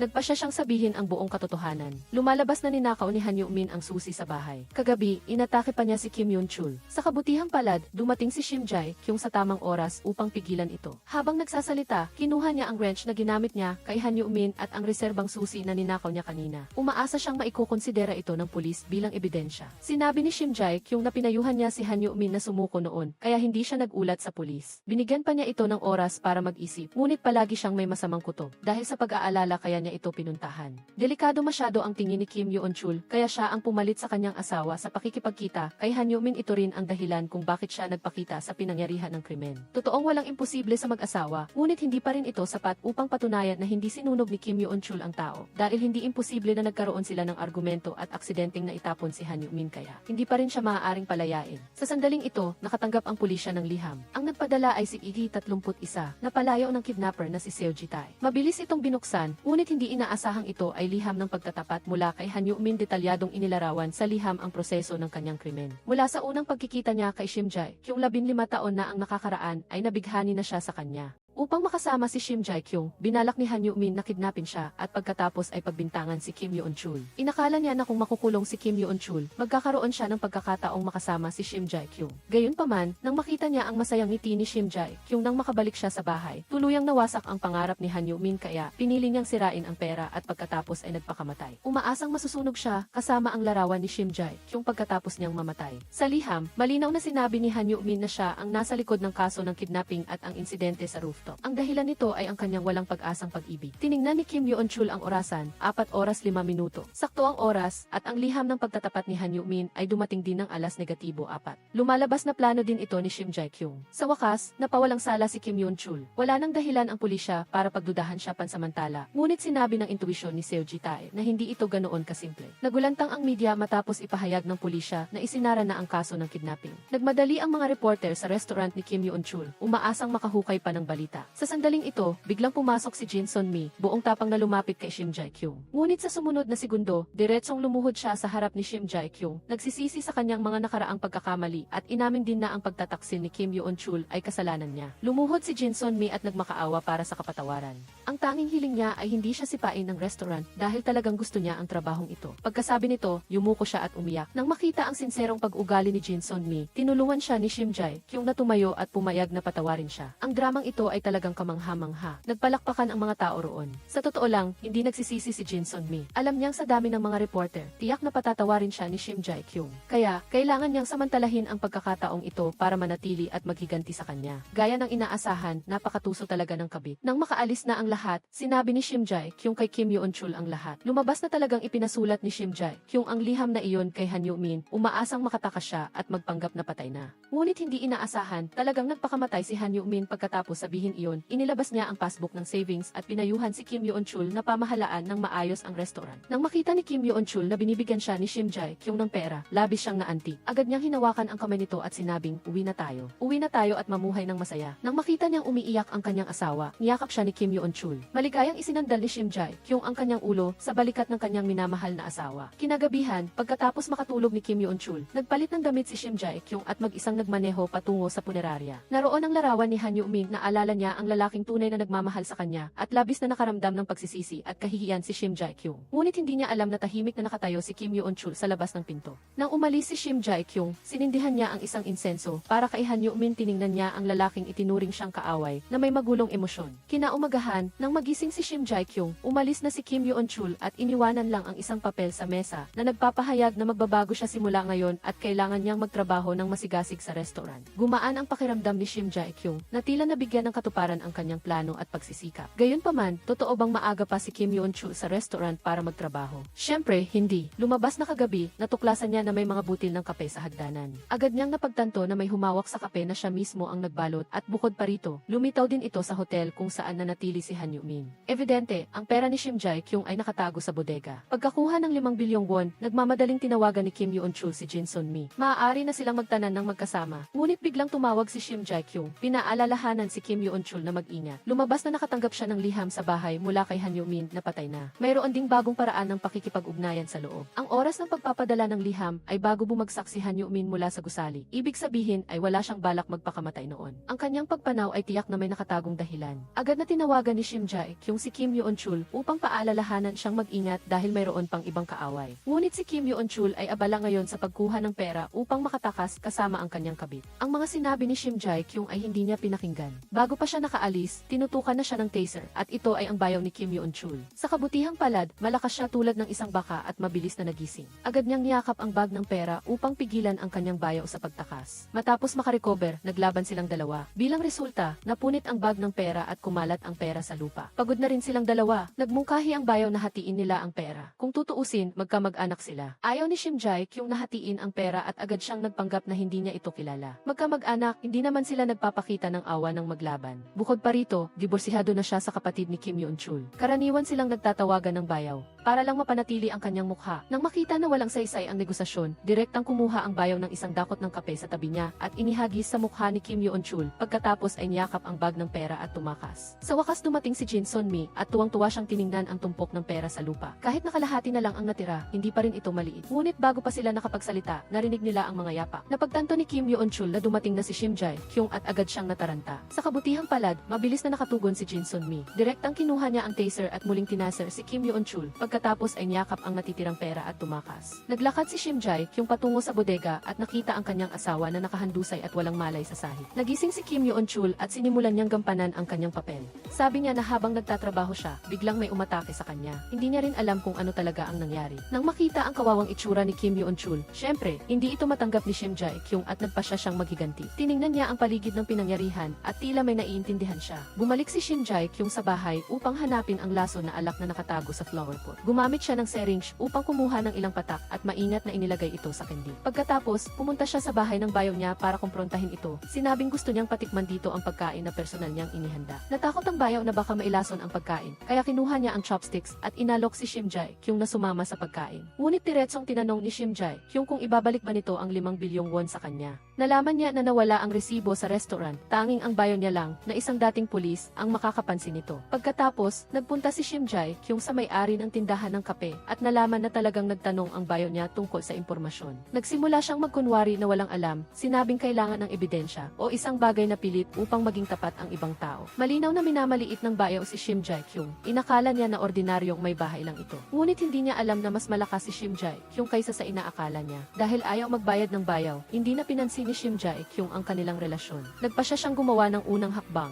Wala naman siyang ibang pagpipilian kundi ang gumamit ng mga taktika. Sabi niya walang lason sa pagkain para kumain ang kausap ng may kapayapaan ng isip. Pagkaalis ni Shim-jae Kyung, agad na itinapon ng bayaw ang pagkain sa basurahan at pagkatapos ay tinawagan si Kim Yoon-chul upang ilabas ang kanyang galit. Sinabing kahit na nakakuha siya ng 2.5 bilyong won, nag-iwan pa rin siya ng kalahati para kay Kim Yoon-chul. Ngayon, kung magtutulungan silang dalawa, wala nang magagawa si Shim-jae Kyung. Samantala, sinusuri ng pulisya ang mga fingerprints sa balustrade sa pinangyarihan ng krimen. Natuklasan nila na ang direksyon ay tila hindi normal. Sa halip na magpakamatay, mukhang itinulak pababa. Bukod pa rito, nakuhanan din ng kamera sa pinangyarihan ang isang misteryosong babae na tumatakbo papalayo sa takot na mukhang napakakahina-hinala. Pagkatapos, nagpunta si Seo Ji-tae sa coffee shop para tanungin sina Kim Yoon-chul at Jin Sun-mi at naabutan niya silang dalawa na naghahanda ng tumakas dala ang pera. Kung mahuli sila ng pulisya na may ganoong karaming pera, tiyak na hindi sila makakatakas. Wala silang magawa kundi makipagtulungan sa investigasyon. Tiningnan ni Kim Yoon-chul ang camera footage na ibinigay ng pulisya at agad niyang nakilala na ang babae sa video ay si Shim-jae Kyung. Bigla siyang kinabahan. Ngayon, kung malalaman ni Shim-jae Kyung na kinuha niya ang pera, ang tanging naghihintay kay Kim Yoon-chul ay ang kamatayan. Ang pagdating ng pulisya sa pagkakataong ito ay lalong nagpatindi sa determinasyon ni Jin Sun-mi at Kim Yoon-chul na tumakas. Sa puntong ito, ang tanging paraan para mabuhay ay umalis sila sa lugar na iyon. Ipinasakay ni Kim Yoon-chul si Jin Sun-mi sa kotse at pinatay ang lahat ng telepono. Ngunit sa sandaling ito, nakalimutan ni Kim Yoon-chul ang kanyang passport na kailangan niya para makapunta sa ibang bansa. Wala siyang magawa kundi umuwi. Ilang candy sa mesa ang kinuha ni Shim-jae Kyung at inilagay para makuha ang atensyon ni Kim Yoon-chul. Sa kabilang banda, ninakaw ang pera ni Shim-jae Kyung. Paano siya mananatiling tahimik? Matapos ang klase, palihim niyang sinundo ang anak na babae ng bayaw niya. Pagkapasok sa kotse, binigyan niya ang pamangkin niya ng candy. Sa sandaling iyon, kumakain ng instant noodles ang bayaw nang bigla niyang matanggap ang mensahe mula sa kanyang anak na babae. Pagkatapos niyang buksan, nakasulat dito, kung kukunin mo ang mahalagang bagay ko, kukunin ko rin ang pinakamamahal mo. Ang lagda ay si ED 31 pa rin. Nagdilim ang mukha ng bayaw nang matanggap ang mensahe. Sa kalagitnaan ng kanyang pagkatakot, biglang tumawag ang kanyang dating asawa.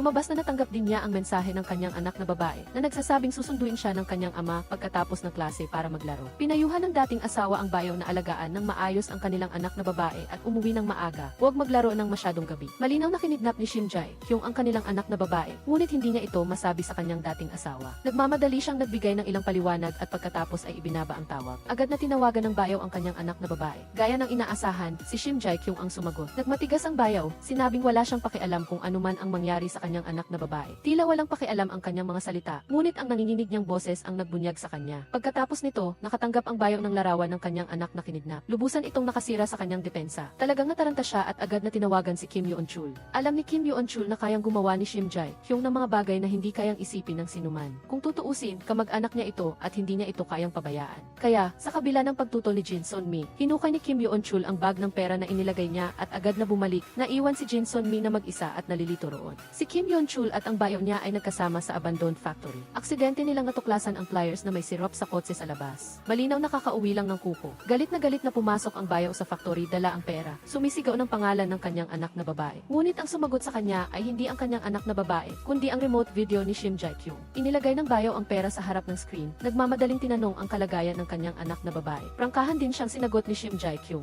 Ilagay lang ang pera sa katabing kahon at sasabihin niya sa kanya. Hindi sumunod ang bayaw. Patuloy niyang tinanong kung ayos lang ba ang kanyang anak na babae. Hindi sinagot ni Shim Jae-kyung ang tanong at inihagis lamang ang nakalalasong candy sa fish tank. Agad na namatay ang mga isda. Ang buhay ng tao ay mahalaga. Nang makita ito, nagmamadaling sumunod ang bayaw. Tumupad din si Shim Jae-kyung sa kanyang pangako. Sinabihan siya na ang bata ay nasa ika-4 na palapag. Galit na tumakbo silang dalawa doon. Gaya ng inaasahan, nakita nila ang kanilang anak na babae sa gitna ng silid. Naghanda ang bayaw sa posibilidad na nasa panganib ang kanyang anak na babae, ngunit hindi niya inaasahan na siya mismo ang magtatanggal ng lubid. Lumabas na niloloko ni Shim Jae-kyung ang kanyang pamangkin na gustong tulungan ang bata na subukan kung mahal siya ng kanyang ama. Kaya, inanyayahan niya ang kanyang pamangkin na magtanghal ng isang kunwari ang pagdukot. Matapos ang diborsyo, bihira nang nakikita ng bayaw ang kanyang anak na babae at talagang namimiss siya ng bata, kaya pumayag din siyang makipagtulungan. Ang mga kuko na may chili sauce ay laruan lang. Gaya ng inaasahan, isa na namang panloloko ni Shim Jae-kyung. May magkahalong damdamin ang bayaw, malungkot dahil nawala ang pera sa kanyang kamay, ngunit masaya dahil ligtas ang kanyang anak na babae. Pagkatapos ng insidenteng ito, naunawaan na rin niya ang kahalagahan ng kanyang anak na babae sa kanyang puso. Ngunit kumpara sa pera, mas mahal niya talaga ang kanyang anak na babae. Samantala, bumalik si Jin Sun-mi sa restaurant nang mag-isa nang hindi nakuha ang pera. Isinaksak niya ang isang piraso ng pastry sa bibig ng katabing chef.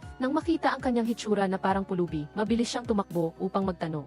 Kasabay nito, nagdala din siya ng liham na lubos na ikinagulat ni Jin Sun-mi. Sa kabilang banda, natutulog ang anak na babae sa kotse. Nakatayo ang bayaw at si Kim Yoon-chul sa gilid ng ilog. Nagsisimulang pag-isipan kung sino si E31. Ano ba talaga ang tunay na layunin ni Shim Jae-kyung? Kung para lang maghiganti sa nagtaksil na asawa, bakit pa kailangan umabot sa ganito? Ang ginagawa niya ay lumampas na sa normal na pag-iisip. Inakala ng bayaw na marami na siyang nakitang kakaibang mag-asawa, ngunit ngayon lang siya nakakita ng kasing kakaiba ni Shim Jae-kyung. Nakita niya itong medyo nakakaintriga. Pinaalalahanan ng bayaw si Kim Yoon-chul na mag-ingat na huwag pindutin ang maling logout button. Pagka-uwi ni Kim Yoon-chul, agad niyang hinarap ang pagtatanong ni Shim Jae-kyung. Sinabi niyang tinaser siya, ngunit puno ng butil ng kape ang ilalim ng kanyang sapatos. Mula noon, alam na ni Shim Jae-kyung na niloloko siya ni Kim Yoon-chul at idinagdag pa rito ang bag na inihanda na niya dati. Sa totoo lang, nahanap na ni Kim Yoon-chul ang pera at naghanda na siyang tumakas. Umaasa si Shim Jae-kyung na humingi siya ng tawad, ngunit direktang sinagot siya ni Kim Yoon-chul. Malinaw na ang asawa ang unang nagsinungaling at bukod pa rito, ang pagkamatay ni Han Yu-min ay tiyak na may kinalaman sa kanya. Gumawa siya ng mga plano para maghiganti at nag-isip ng mga pagdukot, sinasamantala ang kanyang mga tauhan at ang inosenteng pamangkin. Hindi ba lahat ng ito ay para sa 5 bilyong won? Lubos na nawala ng pag-asa si Kim Yoon-chul kay Shim Jae-kyung at nagpasya siyang magsampa ng diborsyo. Mas mabuti pang hindi na sila magkasama. Lahat ng ito, ginawa ni Shim Jae-kyung ang lahat para mapanatili ang kaligayahan ng kanilang pamilya, ngunit hindi niya inaasahan na aabot sa ganito ang mga bagay. Umiyak siya ng husto. Nag-impake si Kim Yoon-chul at naghanda na umalis. Hindi na siya kayang pigilan ni Shim Jae-kyung. Matapos i-taser ang kanyang asawa, mabilis na kinuha ni Kim Yoon-chul ang pera. Sa kabilang banda, dumating si Jin Sun-mi sa restaurant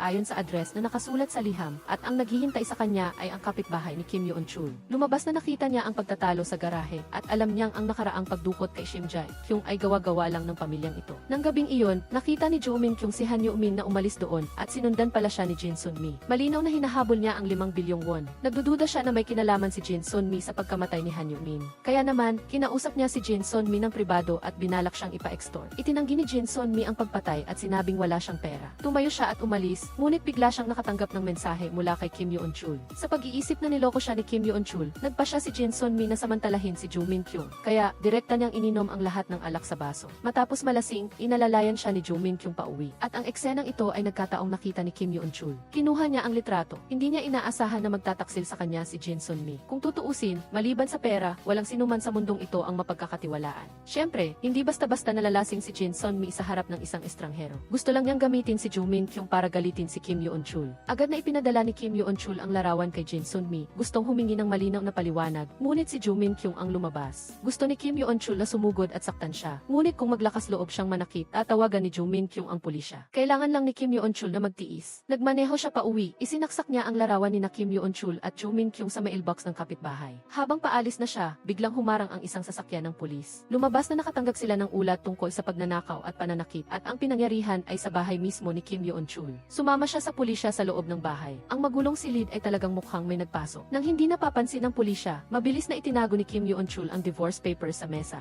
Pagkatapos, natuklasan niya na nakahiga si Shim Jae-kyung sa sahig. Agad na sumama si Kim Yoon-chul sa pulisya para dalhin si Shim Jae-kyung sa ospital. Sa pasilyo, sinabi ni Seo Ji-tae kay Kim Yoon-chul na nakatanggap sila ng ulat na habang buhay pa si Han Yoo-min, nakatagpo siya ng isang babae na may benda sa kanyang kanang kamay na ring finger. Hindi ba yun ang daliri ni Shim Jae-kyung na nasugatan? Sa sandaling ito, umuwi si Joo Min-kyung. Sinabi sa kanya ng kanyang asawa ang tungkol sa pagnanakaw sa bahay ng kanilang kapitbahay. Nang marinig ito, agad na gustong lumabas ni Joo Min-kyung. Kinuha ni Oh Joo-hee ang larawan at tila may naintindihan. Nagpunta si Joo Min-kyung sa katabing gusali at madaling nakapasok sa bahay ni Kim Yoon-chul. Nang makita ang magulong silid, agad niyang tinawagan si Jin Sun-mi para ipaalam ito. Sino sa wakas ang magnanakaw? Naisip nilang dalawa si Kim Yoon-chul. Samantala, labis ding nagdududa si Seo Ji-tae nang makita ang larawan sa computer dahil ipinapakita ng mga bakas na ito na ang pinangyarihan ng krimen ay mas mukhang mag-asawang nag-aaway. Sa sandaling ito, umuwi si Kim Yoon-chul. Nang kukunin na niya ang pera mula sa trunk ng kotse, biglang lumitaw si Jin Sun-mi. Galit na galit si Kim Yoon-chul kaya't bigla niyang ipinagkaila si Jin Sun-mi. Sinabing, kung ikaw ay hindi tapat, huwag mo akong sisihin. Nangahas kang pagtaksilan ako at humanap ng ibang lalaki sa labas. Huwag kang umasang makakakuha ka kahit isang sentimo mula sa perang ito. Sinabi ni Jin Sun-mi na ito ay isang pagkakamali lamang, ngunit hindi naman bulag si Kim Yoon-chul. Sa gitna ng pagtatalo, napunit muli ang bag, ngunit sa loob nito ay isang tumpok lamang ng mga papel.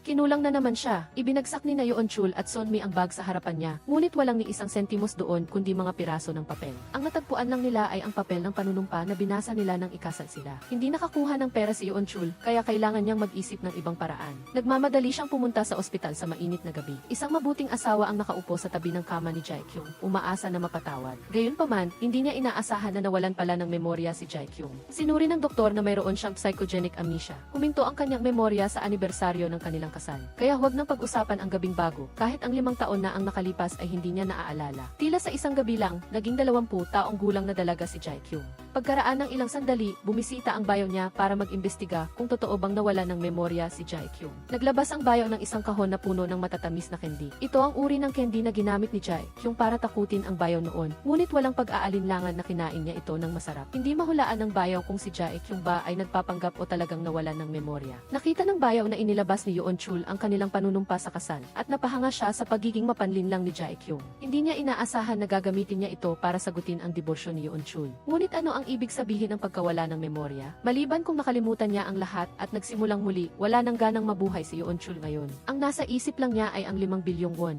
Ang buhay ay parang dula. Kung gusto ni Jae-kyung na maglaro, makikipagtulungan si Hyun-joon hanggang sa huli. Hindi nagtagal, nalaman ni Sun-mi na nawala ng memorya si Jae-kyung at nasa ospital, kaya siya mismo ang dumalaw. Sinasabing dumalaw, ngunit ang totoo ay dumating siya upang hamunin. Direktang inakbayan niya si Hyun-joon sa harap ni Jae-kyung. Kaagad na naging awkward ang kapaligiran. Bumaba si Jae-kyung sa kama, naging madilim ang mukha at itinaas ang kanyang kamay upang paghiwalayin ang dalawa. Nang makita ito ni Sun-mi, hindi na siya naglakas loob na gumawa ng anumang hakbang. Si Yoon-chul ay wala ng interes sa kanya sa puntong ito, dahil naiintindihan niya na sa pamamagitan lamang ng maayos na pag-aalaga kay Jae-kyung at pagkumpleto ng kanyang papel bilang isang responsableng asawa, magkakaroon siya ng pagkakataong makuha ang 5 bilyong won. Mabilis na gumaling ang katawan ni Jae-kyung at mabilis na dumating ang araw ng paglabas niya sa ospital. Pagbalik niya sa bahay, nagulat si Jae-kyung nang makita ang kanilang silid. Hindi niya matandaan na siya ang nagbayad para dito. Napahanga siya sa laki at ganda ng bahay at umupo sa sofa at sinipa ang kanyang sapatos sa isang tabi na hindi karaniwan para sa isang taong may isip. Hindi lang iyon, umupo pa siya sa upuan habang kumakain ng ng merienda, umiinom ng alak at nanonood ng pelikula. Nag-splatter pa ang tubig habang nagsisipilyo. Natulog siya sa iisang kama kasama si Yeon-chul at sinuot pa ang lumang damit nito. Ang kanyang hitsura ay ganap na hindi katulad ng dati. Sinabi pa ni Jae-kyung kay Yeon-chul na imasahe ang kanyang likod, na isang bagay na ginawa nila noong bagong kasal pa lang sila. Tiningnan ni Yeon-chul ang kanyang asawa na ngayon ay parang estranghero.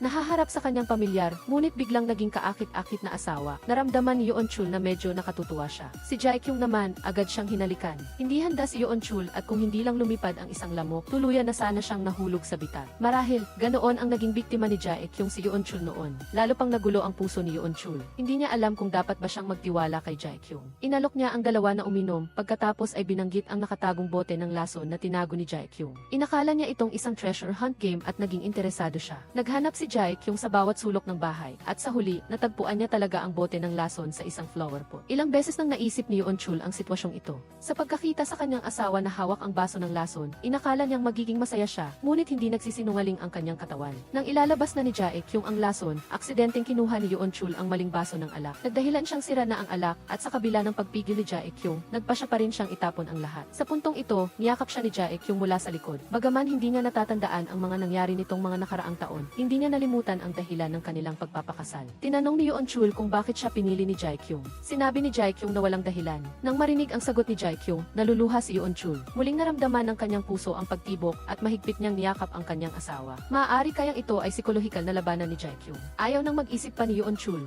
Agad siyang pumasok sa kusina para lutuan siya. Ngunit habang nagluluto ng sabaw, ang tunog ng gas stove ay nagpabalik ng alaala ni Jae-kyung. Saglit lang, ang eksena kung paano siya ginamitan ni Yeon-chul ng taser at kinuha ang 5 bilyong won ay bumalik sa kanyang isip. Sa totoo lang, hindi siya nagpapanggap na walan talaga siya ng memorya. Sa wakas, nagkabati na rin ang mag-asawa, ngunit sa pagbalik ng kanyang mga alaala, malapit nang magsimula ang isang bagong labanan. Sa kabilang banda, abala rin si Ji-tae. Ang pagkawala ni Yoo-min o ang kaso ng pagnanakaw sa bahay ni Jae-kyung ay parehong nagbigay sa kanya ng sakit ng ulo. Sa mga araw na ito, sinuri ni Ji-tae ang mga kalapit na kamera, ngunit aksidenteng natuklasan niya ang anino ng kanyang asawa. Bukod pa rito, biglang may isang cold storage box sa refrigerator sa bahay. Hindi inasahan ni Ji-tae na sangkot din ang kanyang asawa sa kaso, kaya tinanong niya ito kung bakit siya pumunta sa Jeju 2 araw na ang nakalipas. Hindi sumagot ang asawa ni Ji-tae. Hindi makapaniwala si Ji-tae. Ang kanyang asawa ay nag-aksaya ng oras at pagsisikap na pumunta sa Jeju. Para lang ba sa kimchi? Nagkunwari si Ji-tae na nagmamalasakit sa kanyang asawa at nagtanong tungkol sa mga ginawa nito kamakailan. Nakita ni Ji-tae na mukhang mahigpit at dominante siya, ngunit ang isang salita mula sa kanyang asawa ay nagpatakot sa kanya at hindi na siya nangahas na magsalita. Sa kabilang banda, si Jae-kyung at Yeon-chul ay uminom ng ilang baso. Nang papalapit na ang kanilang halik, biglang pinaalalahanan ni Jae-kyung si Yeon-chul na may gulay sa kanyang ngipin. Nahihiya si Yeon-chul at kailangan niyang huminto. Bagaman hindi sila naghalikan, nakatulog pa rin siya ng mahimbing.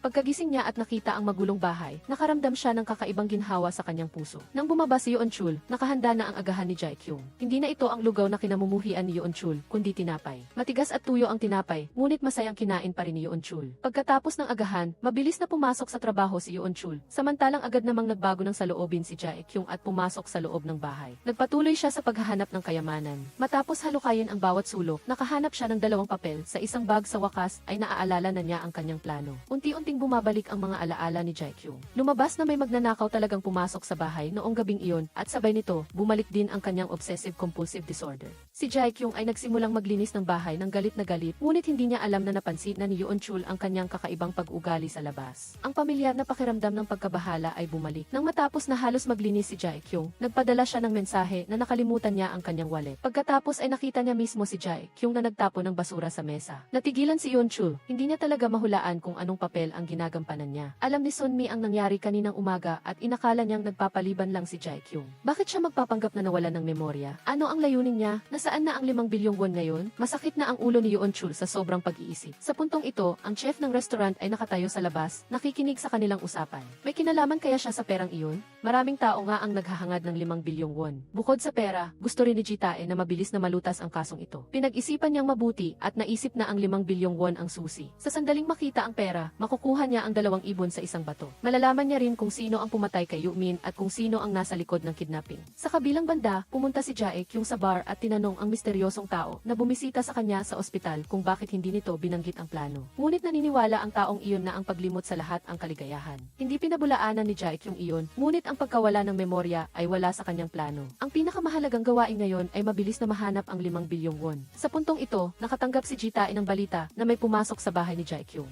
Ang unang nagulat ng krimen ay hindi ang kapitbahay na babae, kundi isang hindi kilalang lalaki. Siya nga pala ang chef ng restaurant. Kailan pa siya nasangkot sa kasong ito? Lumabas na noong gabing iyon, talagang pumunta ang chef sa bahay ni Yoon Chul. Nakatanggap siya ng tawag mula kay Jae Kyung na nagsasabing gusto nitong pag-usapan ang ilang bagay. Tungkol naman sa kung ano, hindi niya masabi sa harap ng pulis. Sumulyap lang siya kay Yoon Chul. Matapos umalis si Ji-tae, pumunta si Jae Kyung sa restaurant at nagsimulang magkunwari na nawala ng memorya sa harap ng mga empleyado. Ngunit nang pumasok si Sunmi sa dressing room, napansin niyang napunit ang kanyang name tag. Hindi niya ito matanggap kaya't kusa siyang lumapit sa may-ari upang gumawa ng gulo. Habang nagsasalita, ibinato ni Sunmi ang papel na may pangalan niya sa ulo ni Jae Kyung. Gayunpaman, mas nagiging kalmado si Jae Kyung kapag mas nagagalit siya. Nagpanggap pa rin siyang nawalan ng memorya. Pagkatapos maglabas ng galit ni Sunmi, wala na siyang ganang gumawa ng anuman. Habang iniisip niya kung paano haharapin si Jae Kyung, biglang lumapit ang chef at tinanong siya kung bakit siya nang hihimasok sa pagitan ng mag-asawa. Gusto pa rin ba niya ang 5 bilyong won? Lumabas na ngayon ay tinakasan na nina Jae Kyung at Yoon Chul ang pera. Napansin ng chef ang kanilang kakaibang pag-ugali at pagkatapos ay sinundan niya si Sunmi at pinakinggan ang pag-uusap nila ni Min Kyung. Sa kabilang banda, isang bato ang nahulog sa harap ng bar. Sinundan niya ang tunog at bumaba. Isang thermal box ang lumitaw sa harapan.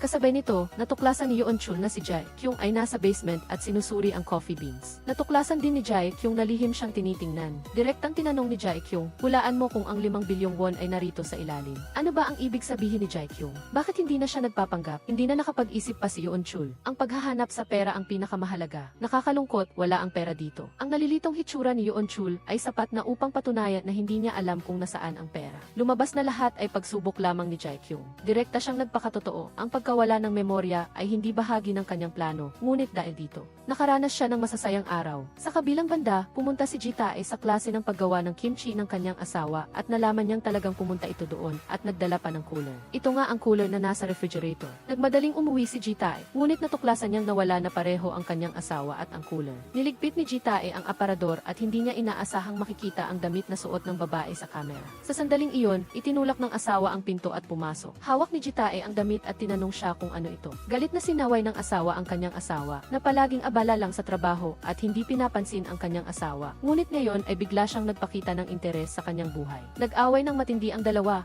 Ang magulo ng relasyon ng mag-asawa ay mas lalong lumami. Kinagabihan, nakatanggap si Ji-tae ng mensahe mula sa guro na nagsasabing nakalimutan ng kanyang asawa ang kimchi sa klase. Ngunit natatandaan ni Ji-tae na dinala na ng kanyang asawa ang kimchi sa bahay kanina. Bukod pa rito, walang kimchi sa kahon ngayon. Kaya, ano ang iniwan niya sa klase? May sikreto nga ang asawa. Bumalik si Ji-tae sa bahay. Wala na ang kanyang asawa at ang cooler. Sinabi ng kanyang anak na ang kanyang ina ay maisalo-salo ngayong gabi at kukunin niya na ngayon ang kimchi. Sa kabilang banda, bumili si Yoon Chul ng isang bote ng alak. Nang umuwi siya, napansin niyang madilim sa loob ng bahay. Tila wala si Jae Kyung sa bahay. Mayroon ding papel sa mesa. Hindi kaya kinidnap na naman si Jae Kyung.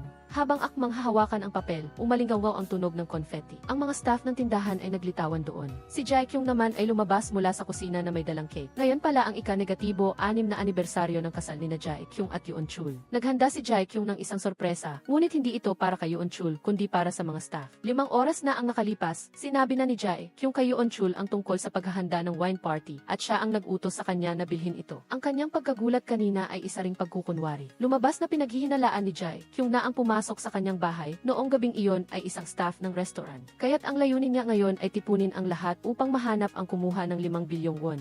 Kaya nagsimula na ang paghahanap sa tunay na magnanakaw ng 5 bilyong won. Nang makita niyang naubos na ng lahat ang alak sa kanilang baso, tumayo si Jae Kyung at pumasok sa kusina para kumuha ng isa pang bote. Bukas na ang bote na ito at kalahati na ang naubos. Ang natira ay sapat lamang para sa isang baso. Malapit na rin ang oras. Pinaalalahanan ni Jae Kyung ang lahat na tingnan siya. Gusto niyang magdeklara ng isang bagay. May isang tao sa mga naroroon na kumuha ng 5 bilyon niya. Binigyan ni Jae Kyung ang taong iyon ng pagkakataong ibalik ang pera. Kung hindi, tiyak na may masamang mangyayari sa isa sa kanila. Agad na bumalot ang nakakatakot na kapaligiran sa silid. Kinuha ni Jae Kyung ang bote ng alak at sinabing may isang taong nakainom ng lasong alak. Tanging sa pag-amin at pagbabalik ng pera. Sasabihin niya kung sino ang uminom ng alak na iyon. Lahat ay balisang balisa. Pakiramdam ni Jae Kyung, lahat sila ay may motibo. Ang chef ay maaaring gamitin ang pera upang magtayo ng sarili niyang restaurant. Ang mga waiter ay maaaring bumili ng mamahaling gamit. Kabilang din syempre sa pinaghihinalaan niya si Yoon Chul. Nang makita niyang nawawalan na ng kontrol ang lahat, biglang umamin si Yoon Chul. Pagkatapos ay kumuha siya ng 2 bag, ngunit hindi pera ang laman nito kundi papel. Umiti si Jae Kyung at sinabing ang 5 bilyong won at ang lasong alak ay pawang panloloko lang. Silang mag-asawa ay gusto lang biruin ang lahat. Nagtawanan din ang dalawang waiter. Lumabas na kinausap na ni Jae-kyung ang mga ito ng maaga. Ang gusto niyang imbestigahan ay ang chef at si Sunmi.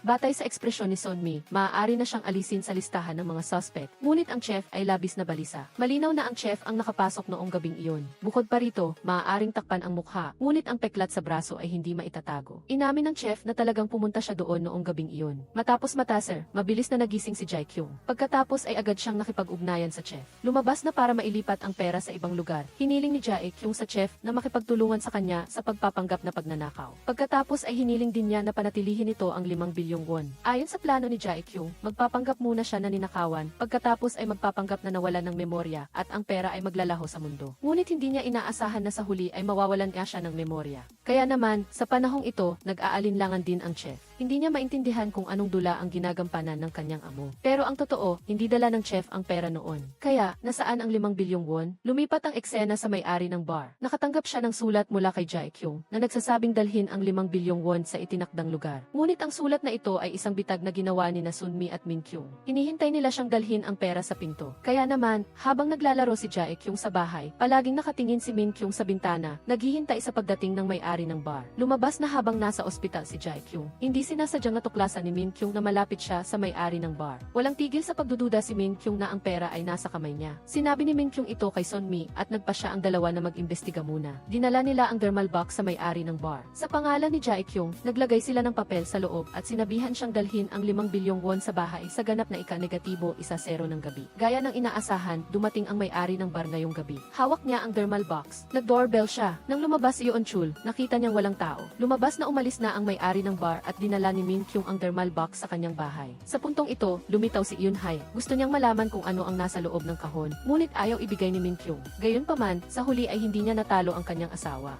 Kaya, wala siyang nagawa kundi buksan ang kahon. Ano ito? Naghintay siya buong gabi, pero ang may-ari pala ng bar ay nagdala lang ng cooler. Sobrang nadismaya si Min-kyung. Sa kabilang banda, nagmaneho rin si Ji-tae para hanapin ang kanyang asawa. Nakita niya itong nakasuot ng itim na damit at may suot na baseball cap, hawak ang isang kahon. Ang hitsura niya ay eksaktong kapareho ng babaeng lumabas sa pinangyarihan ng krimen ni Yoo-min. Galit pa rin ang asawa, aya't mabilis siyang umalis. Hinila siya ni Ji-tae at tinanong kung bakit niya kailangang makipagkita kay Jae-kyung. Inakala niya na tiyak na ginamit siya ni Jae-kyung. Kaya, gusto niyang buksan ang kahon mismo, ngunit itinulak siya ng kanyang asawa. Galit na galit si Ji-tae at pagkatapos ay ininsulto ang kanyang asawa na kung sobra siyang bakante, gumawa na lang ng mas maraming kimchi at huwag na lang manggulo. Hindi rin papatalo ang asawa ni Ji-tae. Sinabi niya kay Ji-tae na kung gusto niyang makita, buksan niya. Sa loob nga ay kimchi. Naramdaman din ng asawa na walang pakiramdam. Kung wala ang pera sa may-ari ng bar, wala rin ito sa kamay ng asawa ni Ji-tae. Ngunit sa pagtingin sa reaksyon ng dalawa, makikitang wala silang alam. Kaya, nasaan ang pera? Kinagabihan, unti-unting umalis ang lahat ng pumunta sa bahay ni Jae-kyung.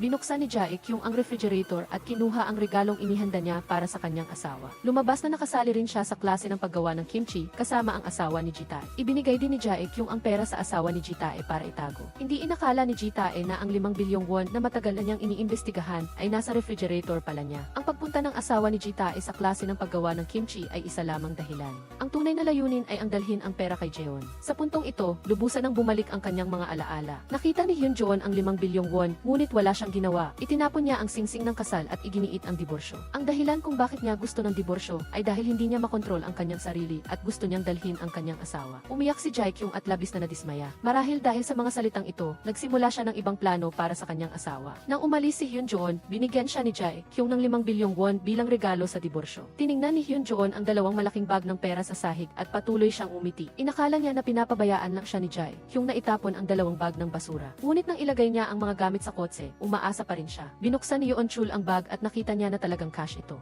Hindi niya akalain na ganoon kadali niyang makukuha ang 5 bilyong won. Hindi ba talaga interesado si Jae-kyung sa pera at gusto lang niyang panatilihin siya? Nag-book si Yeon-chul ng pinakamagandang hotel sa lungsod at naglatag ng pera sa kama. Natulog hanggang alas negatibo 3 ng hapon. Wala na siyang pakialam sa asawa, anak o kabit. Nang dalhin ng staff ang pagkain, binigyan sila ni Yeon-chul ng 10,000 won. Sa madaling salita, nagwaldas siya ng pera. Sa kabilang banda, nagising si Sunmi mula sa kanyang pagkalasing. Biglang tumunog ang doorbell. Si Jae-kyung ang dumating. Ang ikinagulat ni Sunmi ay ang layunin ni Jae-kyung sa pagpunta roon ay upang ipaalam na nag-isip na siya at nagdesisyon na ipamigay ang kanyang asawa kay Sunmi. Ngunit si Sunmi ay isang mapagmataas at walang kahiyang babae. Ang totoo, hindi niya kailanman minahal si Yeon-chul. Nilapitan lang niya ito dahil gusto niyang manalo laban kay Jae-kyung. Sa puntong ito, biglang nakatanggap ng tawag si Yeon-chul mula sa abogado. Inutusan siya ni Jae Kyung na makipag-usap tungkol sa kanilang diborsyo. Pumayag siyang magdiborsyo, ngunit may isang kondisyon, bago ang diborsyo, hindi maaaring lumabas ng bansa si Yoon Chul at hindi rin siya maaaring mawala. Kung hindi, ang mga marka ng taser sa katawan ni Jae Kyung ay magiging ebidensya laban sa kanya. Mahina ang pamilya ni Yoon Chul at kapag dinala sa korte, wala siyang matatanggap na kahit ano. Agad na sumang-ayon si Jae Kyung sa diborsyo. Hindi agad nakareact si Yoon Chul. Kasabay nito, hinatid ni Yoon Hae si Min Kyung sa trabaho. Nakita niyang nakasuot siya ng maayos na damit, ngunit ang totoo, nagtatrabaho siya sa nightclub bilang gigolo para sa mga mayayamang babae. Nalaman ni Sunmi kung saan nagtatrabaho si Min Kyung, kaya tinawagan niya ito para uminom kasama siya. Magkakakilala silang lahat kaya mabilis silang nakapag-usap. Lumabas na sina Min Kyung at Yoon Hae ay tila mag-asawa, ngunit ang totoo ay isang relasyon lamang nila na pinananatili ng pera. Si Yoon Hae ay dating direktor ng isang malaking kumpanya at maganda ang kanyang pamumuhunan sa real estate. Hindi siya kinulang sa pera, ngunit 2 taon na ang nakalipas, naging biktima siya ng panloloko. Naubos ang lahat ng kanyang pera at nasangkot pa siya sa problema sa buwis. Sa madaling salita, hindi na niya kayang bayaran ang sweldo ni Min Kyung ngayon. Marahil ay hindi na rin niya kayang panatilihin ang trabahong ito. Kaya naisip niya na kunin ang 5 bilyong won ni Jae Kyung. Nagbago ang eksena. Nararamdaman din ni Yoon Hae na may kakaiba kay Min Kyung kamakailan. Bukod pa rito, nakita niya ang litrato nito na malapit sa ibang babae. Upang panatilihin ang kanyang asawa, siya ay naghahanap buhay kung saan-saan kamakailan. Lahat ng kanyang aplikasyon sa pautang ay tinanggihan. Sa pagtingin sa mga mamahaling gamit sa tindahan, naaalala niya ang kanyang masasayang alaala kasama ang kanyang asawa. Bagaman peking asawa ito, totoo ang kanyang pagmamahal. Pagbalik sa bahay, nakatanggap muli si Yoon Hae ng 2 larawan. Ang nasa itaas ay sina Min Kyung at Sunmi. Sumiklab ang kanyang selos. Tumayo siya, binuksan ang kanyang aparador, at inihagis ang lahat ng kanyang bag at alahas sa isang maleta. Pagkatapos, kinalagkad niya ang maleta at umalis sa bahay. Sa kabilang banda, 2 pulis ang biglang dumating sa restaurant para hanapin si Jae Kyung. Ipinakita nila ang ebidensya na kanilang natagpuan sa harap niya. Nalaman nilang 2 araw bago mamatay si Yoo Min, nagkita silang lahat kay Jae Kyung. Noong araw na dinala ni Yoon Chul ang pera sa baseball field, nakita ng isang tao si Jae Kyung na kinalagkad ang cooler papalabas doon. Matapos makakuha ng pahiwatig, napagpasyahan ng pulis na ang lahat ay isang dula na pinlano ni Jae Kyung. Ngunit kalmadong sinabi niya na ito ay hinala lamang nila. Tama, walang ebidensya ang pulis. Bukod pa rito, paano maituturing na krimen ang pagkidnap at extortion sa sarili? Sa pinakamahusay, nagdulot lang ito ng problema sa pulis at ang pagkamatay ni Yoo Min. Walang ding ebidensya na si Jae Kyung ang gumawa nito, kaya hindi siya maaaring arestuhin ni Ji-tae. Kinailangan lang niyang bigyan ng babala si Jae Kyung, pagkatapos ay umalis sa restaurant. Matapos makatanggap ng babala mula sa abogado, hindi rin nagtagal si Yoon Chul. Agad siyang pumunta sa tindahan ng bayaw niya. Nalaman niyang nagsisimula ng magduda ang pulis kay Jae Kyung. Paanong ang isang mahina at malumanay na babae na tulad niya ay makakagawa ng ganoong komplikadong plano? Bagaman nawala na ang kanyang mga dating kasabwat, tiyak na mayroon pa siyang kasama. Matapos mag-imbestiga, naisip ng bayaw na ang pinakamalamang na suspect ay si Lee Jin-soo, na dating tutor ni Jae Kyung, at siya rin ang may-ari ng bar na madalas niyang pinupuntahan. Nagpanggap silang pumunta roon para uminom. Matapos nilang dayain ang gwardiya para umalis, sinamantala ng bayaw ang pagkakataon para maghalungkat. Nakakuha sila ng business card at natuklasan na ang may-ari ng bar ay nagbukas din ng hotel na tinatawag na number 31. Ang pangalang Ingles nito ay ang palayaw din ng dating kidnapper. Bukod pa rito, nakita rin ng bayaw ang isang litrato ni Jae Kyung at ng lalaki na magkasama. Natigilan si Yoon Chul. Ibig sabihin ba inagtaksil din si Jae Kyung sa loob ng 6 na taon nilang kasal? Kinagabihan, naghintay si Yoon Hae sa labas ng nightclub para matapos ang trabaho ni Min Kyung. Sinabi niya sa kanyang asawa na nabayaran na niya ito at hindi na niya kailangang magtrabaho roon. Lumabas na ipinagbili na ni Yoon Hae ang lahat ng kanyang paboritong bag at alahas. Umaasa lamang na mas matagal pa siyang makasama ng kanyang batang asawa. Pagkatapos umalis ni Yoon Chul sa bar, bigla siyang nakatanggap ng tawag mula kay Sunmi na nag-aalok na magkita sila. Nang magkita sila, agad na ipinahayag ni Sunmi ang kanyang sinseridad. Naging malambot din ang puso ni Yoon Chul at nagpasya siyang patawarin ang lahat. Nagkabati muli ang dalawa. Nang makita ni Sunmi ang pera sa bag ni Yoon Chul, nagliwanag ang kanyang mga mata. Ngunit pinaalalahanan siya ni Yoon Chul na hindi pa pwedeng galawin ang pera dahil nakatutok na ang pulis kay Jae Kyung. Kapag nahuli si Jae Kyung, malaki ang posibilidad na maging ill-gotten gains ang perang ito. Pagkatapos ay sinabi rin ni Yoon Chul kay Sunmi ang tungkol sa may-ari ng bar. Sa puntong ito, nakatanggap din si Sunmi ng mensahe mula kay Jae Kyung na nag-aalok ng pagtatagpo. Ano ba talaga ang balak niya? Mausisa si Sunmi kaya't nagpasya siyang pumunta sa tagpuan. Hindi inasahan ni Sunmi na mag-aalok si Jae Kyung ng pakikipagtulungan sa kanya. Umaasa si Jae Kyung na matutulungan siya ni Sunmi na gumawa ng lason para lasunin si Yoon Chul. Ang mga salitang ito ay nagpatigagal kay Sunmi. Ganito ba talaga ang gustong laruin ng mag-asawa? Ngunit ito rin ang gustong makita ni Sunmi. Nang makita ni Jae Kyung na walang balak tumanggi si Sunmi, sinabi niya rito na bumili siya ng 5 bilyong life insurance para kay Yoon Chul at inihanda na rin niya ang testamento na may fingerprint nito. Pagkatapos nito, mapupunta kay Sunmi ang 5 bilyong won at ang restaurant. Makakatanggap si Jae Kyung ng 5 bilyong won mula sa insurance. Bukod pa rito, nakasulat din sa testamento ang tungkol sa pagpatay ni Yoon Chul, kay Yoo Min mabilis ding maglalabas ng hatol ang pulis.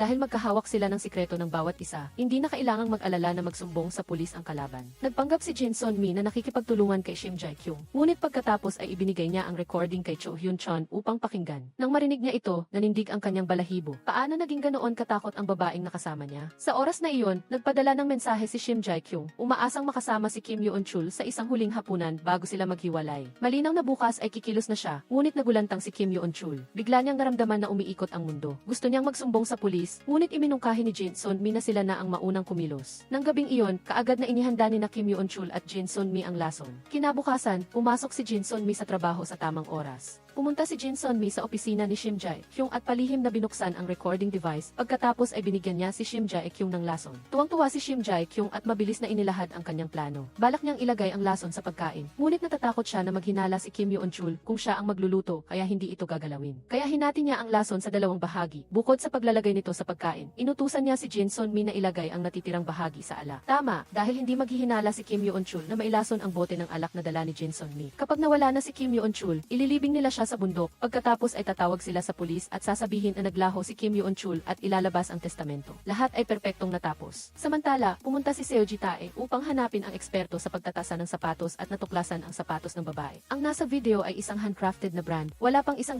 peres nito sa merkado at ibinebenta lamang ito sa ilang tindahan. Agad na inimbestigahan ni Seo Ji-tae ang bawat lugar at natuklasan na mayroong AFI customer system sa mga tindahan na nangangahulugang makukuha nila ang impormasyon ng customer. Nagbago ang eksena. Lihim na pumasok si Minggil sa bahay ni Kim Yoon-chul at naghanap sa lahat ng sulok, ngunit hindi niya nahanap ang hinahanap niya. Walang magawa si Minggil kundi maglagay muna ng listening device. Kinabukasan ng hapon, dumating sina Shim Jae-kyung at Hyun-chon sa napagkasunduang lugar upang mamili ng magkasama. Pagkatapos ng ilang sandali, biglang sumigaw si Shim Jae-kyung at pagkatapos ay nagsimula silang suriin ang isa't isa. Kung hindi sila maingat, baka ilang beses na silang nabuking. Dahil narinig na ni Hyun-chon ang recording na plano ni Shim Jae-kyung na patayin siya, nagsimula siyang magkaroon ng sarili niyang plano habang namimili sila. Noon, tuwing anibersaryo ng kanilang kasal, laging niluluto ni Shim Jae-kyung ang Italian-style steamed fish. Hindi rin ito naiba ngayon. Kaya, ang plano ni Kim Yoon-chul ay palusutin si Jin Sun-mi sa kanilang bahay at ilagay ang lason sa garapon ng asin na siguradong gagamitin para sa putahing iyon. Kailangan niyang maunang mawala si Shim Jae-kyung para lang makaligtas siya. Kinagabihan, nagluto ang mag-asawa ng magkasama. Masiglang kumuha si Shim Jae-kyung ng isang piraso ng kamatis at inilagay sa kanyang bibig. Baka may lason, agad na hinugasan ito ni Kim Yoon-chul. Pagkatapos ay kinain niya ito ng may pag-aalala. Nang matapos siyang kumain, yumuko siya at nakita niya na ginagamit ni Shim Jae-kyung ang laso na asin sa pagkain.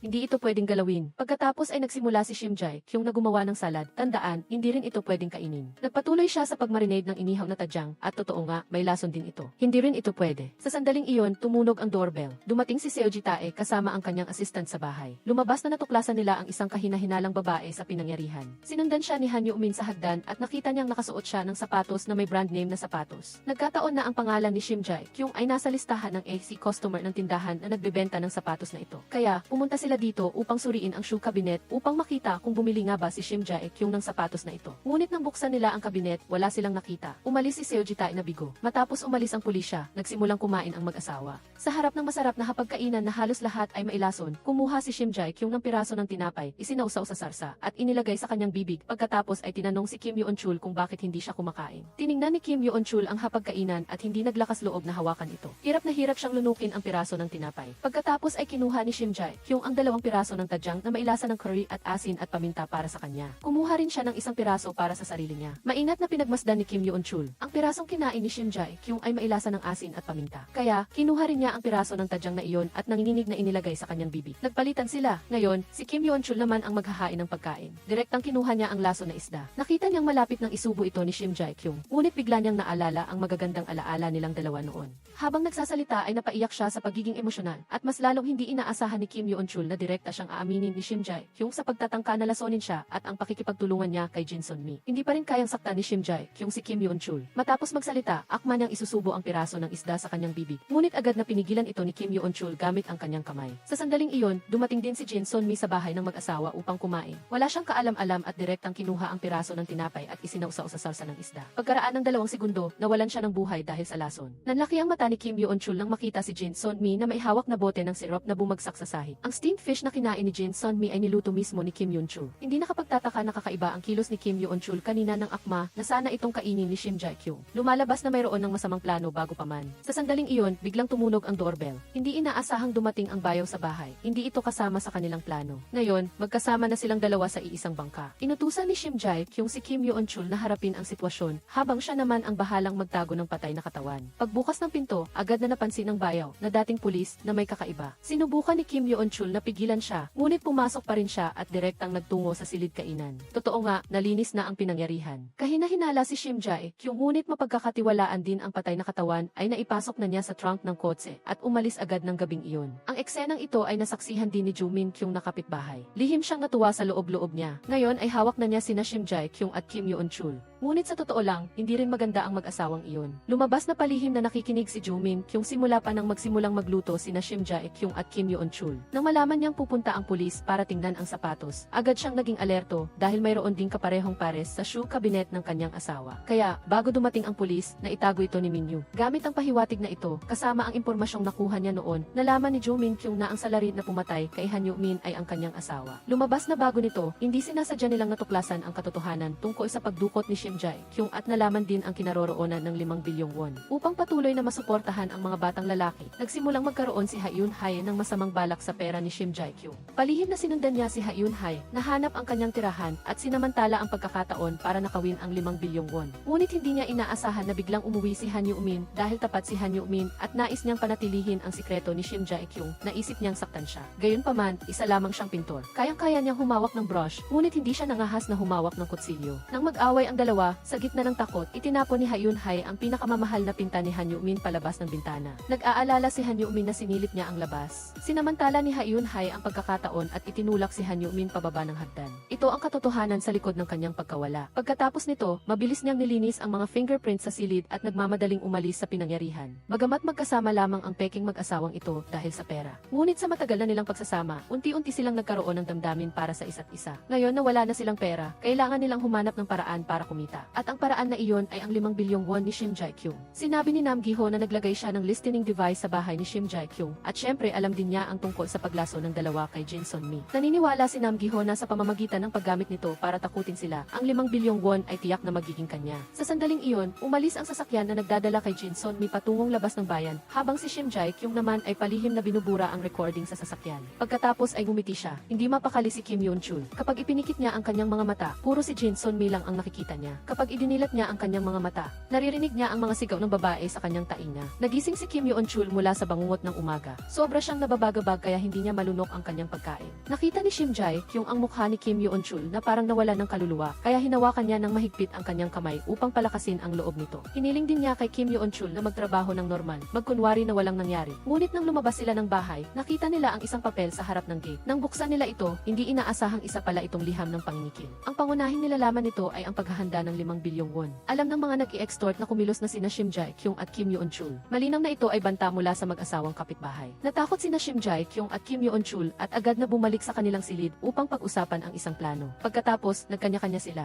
Pumunta si Kim Yoon-chul sa bahay ni Jin Sun Mi para kunin ang pera, habang si Shim Jae-kyung naman ay nagpunta sa kanyang bayaw upang alamin ang sitwasyon. Kasabay nito, humiram din siya ng listening device detector. Kagabi, tanging si Shim Jae-kyung at ang kanyang asawa lang ang nasa bahay. Kung may ibang nakakaalam tungkol sa pagkamatay ni Jin Sun Mi, iyak na nalagyan ng listening device ang kanilang bahay. Pagbalik ni Shim Jae-kyung sa bahay, agad niyang sinuri at totoo nga, nakakita siya ng listening device. Ngunit hindi siya nagmadali na tanggalin ito. Sa halip, bumalik pa siya sa kusina para maghurno ng cake, na parang walang nangyari. Kasabay nito, sinadya niyang imbitahan ang nakikinig na kumain kasama niya. Nang marinig ito, agad na nataranta si Ha Yun-hae. Nabuking na ba sila? Nagmamadali siyang tinawagan ang kanyang asawa, ngunit hindi niya inaasahan na personal na dinala ni Shim Jae-kyung ang cake sa pinto. Kasabay nito, nakatanggap ng ulat ang pulisya na may nakakita kay Ha Yun-hae na nakikipagtalo sa isang babae sa kalsada 2 araw na ang nakalipas. Ang babaeng ito ay si Jin Sun Mi. Samantala, kinuha ni Kim Yoon-chul ang pera mula sa bahay ni Jin Sun Mi at inilagay sa trunk ng kotse. Pagdating niya sa restaurant, pakiramdam niya ay nawala siya sa sarili. Nanginginig siyang nagbuhos ng isang baso ng alak, ngunit hindi siya matulungan ng alak na mabawasan ang kanyang takot dahil sa kanyang tainga, patuloy na umaalingaw ang boses ni Jin Sun Mi na tinatawag ang kanyang pangalan. Nang malapit nang bumigay si Kim Yoon-chul, dumating sina Seo Ji-tae at ang kanyang assistant sa restaurant upang magtanong tungkol kay Jin Sun Mi. Gayunpaman, mahina ang kaisipan ni Kim Yoon-chul, kaya direkta niyang inamin ang paglilinis ng katawan. Sa sandaling ito, nakaupo si Shim Jae-kyung at nakikipag-usap kay Ha Yun-hae. Bigla siyang nakatanggap ng tawag mula sa chef na nagsasabing umamin na si Kim Yoon-chul at kinuha na ng pulis. Dali-daling kinuha ni Shim Jae-kyung ang kanyang telepono at nagpadala ng mensahe. Pagkatapos ay agad niyang kinuha ang papel at tinanong si Ha-yun-hae kung kaninong ideya ito. Ang kanilang banta ay hindi ikinatakot ni Shim Jae-kyung. Lumabas na ito ay bahagi rin ng kanyang plano. Samantala, pumunta si Kim Yoon-chul sa istasyon ng pulisya kasama si Seo Ji-tae. Ngunit nakasalubong niya ang isang taong hindi niya inaasahan, si Jin Sun-mi. Akala ni Kim Yoon-chul ay multo ang kanyang nakita. Paano naging buhay pa si Jin Sun-mi at nakatayo sa kanyang harapan? Nagulat at nalito si Seo Ji-tae na nakatayo sa tabi niya matapos siyang pahirapan ng mag-asawang ito ng mahigit kalahating buwan. Una ang peking pagdukot, ngayon ay peking pangyayari din hindi maintindihan ni Kim Yoon-chul, ngunit lubhang nagulat. Tuliro siyang lumabas ng istasyon ng pulisya, walang intensyon na usisain ang lahat. Nais lang niyang lumayo sa nakakatakot na mundong ito. Sinampal ni Kim Yoon-chul si Jin Sun-mi at pagkatapos ay tumalikod at umalis. Ano pa ang silbi ng pag-alam sa buong katotohanan? Sa huli, lahat ay plano ni Shim Jae-kyung. Kahit na nasampal, hinabol pa rin ni Jin Sun-mi. Lumalabas na simula nang marinig ni Kim Yoon-chul ang recording na ibinigay ni Jin Sun-mi. Nahulog na siya sa bitag ni Shim Jae-kyung. Sinadya ni Shim Jae-kyung na iparinig sa kanya ang recording na iyon. Kahit ang peking pagkamatay ni Jin Sun-mi ay siya ang nagplano. At ang biglaang pagdating ng bayaw. Kasama rin ang bahay sa plano ni Shim Jae-kyung. Ang layunin ay lituhin si Kim Yoon-chul, pagkatapos ay mabilis na linisin ang pinangyarihan at umalis. Para maging mas makatotohanan ang pagganap, pinahiga ni Shim Jae-kyung si Jin Sun-mi sa trunk ng kotse at talagang naghukay pa ng hukay. Ang profesional na estilo ng pagtatrabaho ni Shim Jae-kyung ay nagpahanga sa kanyang karibal na si Jin Sun-mi. Masyado pa raw siyang bata sa kanyang mga taktika. Pagkatapos nito, ibinigay pa ni Shim Jae-kyung ang susi ng kotse kay Jin Sun-mi at sinabihan itong hintayin si Kim Yoon-chul na kunin ang pera at ibalik ito kinabukasan. Ito ang bayad na ipinangako ni Shim Jae-kyung noon. Samantala, direkta niyang tinanong si Ha-yun-hae kung pinatay ba niya si Han Yu-min. Lumabas na ipinagmalaki ni Ha-yun-hae ang kanyang bagong sapatos kay Shim Jae-kyung noon. Bukod sa kanya, sino pa ba ang may ganoong sapatos? Tiyak na maghihinala ang pulisya ay Ha-yun-hae na biglang nataranta. Naisip niyang kung hindi dahil sa mga walang kwentang drama ni Shim Jae-kyung para gumanti sa kanyang asawa, hindi sana sila madadamay sa ganito. Ngunit agad na pinabulaanan ito ni Shim Jae-kyung. Hindi naman daw talaga sila mag-asawa at alam ng lahat iyon. Direktang tinamaan ng mga salita ni Shim Jae-kyung ang kahinaan ni Ha-yun-hae. Lubusan itong sumabog at galit na kinuha ang kutsilyo sa mesa at sinugod si Shim Jae-kyung. Pagkabalik ni Kim Yoon-chul, sumigaw siya sa kanyang asawa sa loob ng silid. Sapat na ang pagpapahirap ni Shim Jae-kyung sa kanya ng paulit-ulit. Wala nang tiwala sa pagitan ng mag-asawa. Sa sandaling ito, may lumitaw na papel sa mesa.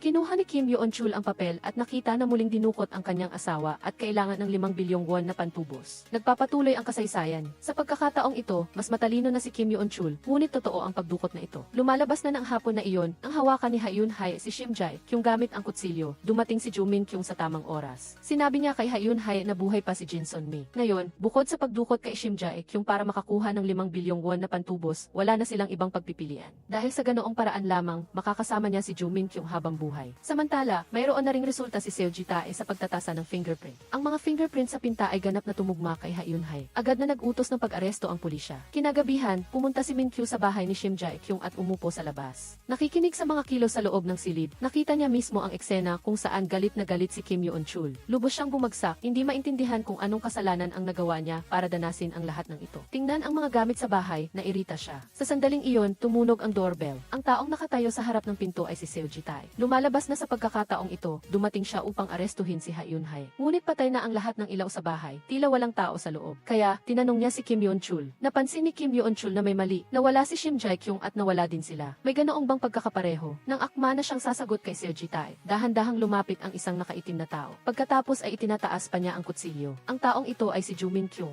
Hiniling niya kay Kim Yoon-chul. Nagkukunwari na sila ay nasa ibang bansa. Pagkatapos malinlang ni Kim Yoon-chul ang pulis, diretsong bumaling si Joo Min-kyung sa usapan. Pera ang kanilang layunin. Dinala ni Kim Yoon-chul si Joo Min-kyung sa bodega, ngunit tuliro siya nang makita ang walang laman na trunk ng kotse. Nasaan ang pera? Inakala ni Kim Yoon-chul na kinuha ito ni Jin Sun-mi. Tinawagan niya ito, ngunit walang sumasagot. Nang hindi nakatingin si Joo Min-kyung, kinuha ni Kim Yoon-chul ang isang golf club sa tabi at pinukpok siya ng ilang beses, pagkatapos ay tumakas. Inakala ni Joo Min-kyung na siguradong magsusumbong si Kim Yoon-chul sa pulis, kaya agad niyang tinawagan ang kanyang asawa upang balaan siya. Masyadong mapanganib sa bahay, bilisan mo at tumakas. Lumalabas na noon, ang delivery guy ay natataranta na pumasok sa bar. Hawak ang isang apurahang sulat, ibinigay niya ito kay Ginong Kang Seok-gu. Nang buksan niya, hindi niya inaasahang sulat ito mula kay Shim Jae-kyung. May kasama itong mensahe na kung may mangyari sa kanya, ibigay ang sulat na ito kay Kim Yoon-chul. Kasabay nito, pinasalamatan din niya si Kang Seok-gu sa kanyang tulong sa loob ng maraming taon. Sa likod ng sulat ay mayroon pang fingerprint ng dalawang tao na ginamitan ng lipstick, isang pangako at panata na hindi sila maghihiwalay habang buhay. Samantala, nakuha na ni Jin Sun-mi ang bag ng 5 bilyong won at nagpa siya na lumayo sa lungsod na ito. Sa simula pa lang naman, para sa pera lang siya pumunta rito. At tungkol kay Kim Yoon-chul, hindi kailanman minahal ni Jin Sun-mi si Kim Yoon-chul. Siya ay isa lamang kasangkapan para sa paghihiganti ni Shim Jae-kyung. Ngayon, hindi lang niya nakuha ang 5 bilyong won, kundi nakita rin niya ang pagiging nakakatakot ni Shim Jae-kyung. Ano pa ang kailangan niyang pagpahalagahan? Ngunit hindi niya inaasahan na pagkalabas pa lang niya ng pinto, nakaupo na ang bayaw ni Kim Yoon-chul sa labas at naghihintay. Hindi siya dumating para sa pera, gusto lang niyang makipag-usap ng maayos kay Jin Sun-mi. Kasabay nito, matagumpay na nakatakas si Kim Yoon-chul mula sa kutsilyo ni Jo Min-kyung. Habang tumatakbo, nakatanggap siya ng tawag mula kay Kang Seok-gu. Nang malaman niyang nakatanggap siya ng sulat mula kay Shim Jae-kyung, nagmamadaling tumakbo si Kim Yoon-chul sa bar. Gusto niyang suntukin ang may-ari, ngunit sa huli ay hindi niya ito ginawa. Samantala, nalaman ni Jin Sun-mi ang pagkakakilanlan ng may-ari ng bar sa pamamagitan ng kanyang bayaw. Natural, naintindihan na rin niya ang lahat ng katotohanan sa likod nito. Lumabas na matagal nang magkakilala sina Shim Jae-kyung at Jo Min-kyung, mahigit 10 taon na. Ang dalawa ay magguro at mag-aaral na may malinis na relasyon. Nang mamatay ang asawa ni Kang Seok-gu noong taong iyon, nagpatuloy lang siyang mabuhay dahil sa pagpapalakas ng loob at suporta ni Shim Jae-kyung. Mahal na mahal ni Kang Seok-gu ang kanyang asawa dahil nag-propose siya sa huling segundo ng Nobyembre 30. Bukod pa rito, walang Nobyembre 31, kaya pinangalanan niya ang hotel na 31. Ang huling gabi bago magsara ang hotel, nag-engage sina Shim Jae-kyung at Kim Yoon-chul doon. Sumulat sila sa isang papel sa ilalim ng baso ng alak ng mga salitang hindi maghihiwalay habang buhay at ang papel na iyon ang tanging panata sa mundong ito. Sinasaksihan din ng AC-31 ang kanilang pag-ibig. Kung noong una pa lang sa pagdukot, naintindihan sana ni Kim Yoon-chul ang tunay na kahulugan nito, hindi sana nangyari ang lahat ng gulo pagkatapos. Nang makita ni Kim Yoon-chul ang mensaheng iniwan ni Shim Jae-kyung kay Kang Seok-gu, napaisip siya. Hanggang ngayon, hindi pala siya iniwan ni Shim Jae-kyung, kundi ginamit niya ang paraang ito upang ibalik ang kanyang naligaw na asawa. Nagising si Kim Yoon-chul at agad na tumakbo palabas. Kailangan niyang protektahan ang kanyang asawa. Sa kalagitnaan ng kanyang pagtakbo, nakatanggap siya ng isang video. Ang laman nito ay si Shim Jae-kyung na puno ng ketchup at humihingi ng tulong. Pagkatapos nito, nakatanggap pa siya ng pangalawang mensahe. Siyempre, isa na naman itong banta. Kung hindi niya ihahanda ang 5 bilyong won, mamamatay agad si Shim Jae-kyung. Anong gagawin niya? Dali-daling tinawagan ni Kim Yoon-chul si Jin Sun-mi para humingi ng tulong. Alam niyang nasa kamay ni Jin Sun-mi ang pera. Hindi na balak kunin ni Kim Yoon-chul ang pera. Gusto lang niyang hiramin ito kay Jin Sun-mi para iligtas muna ang kanyang asawa.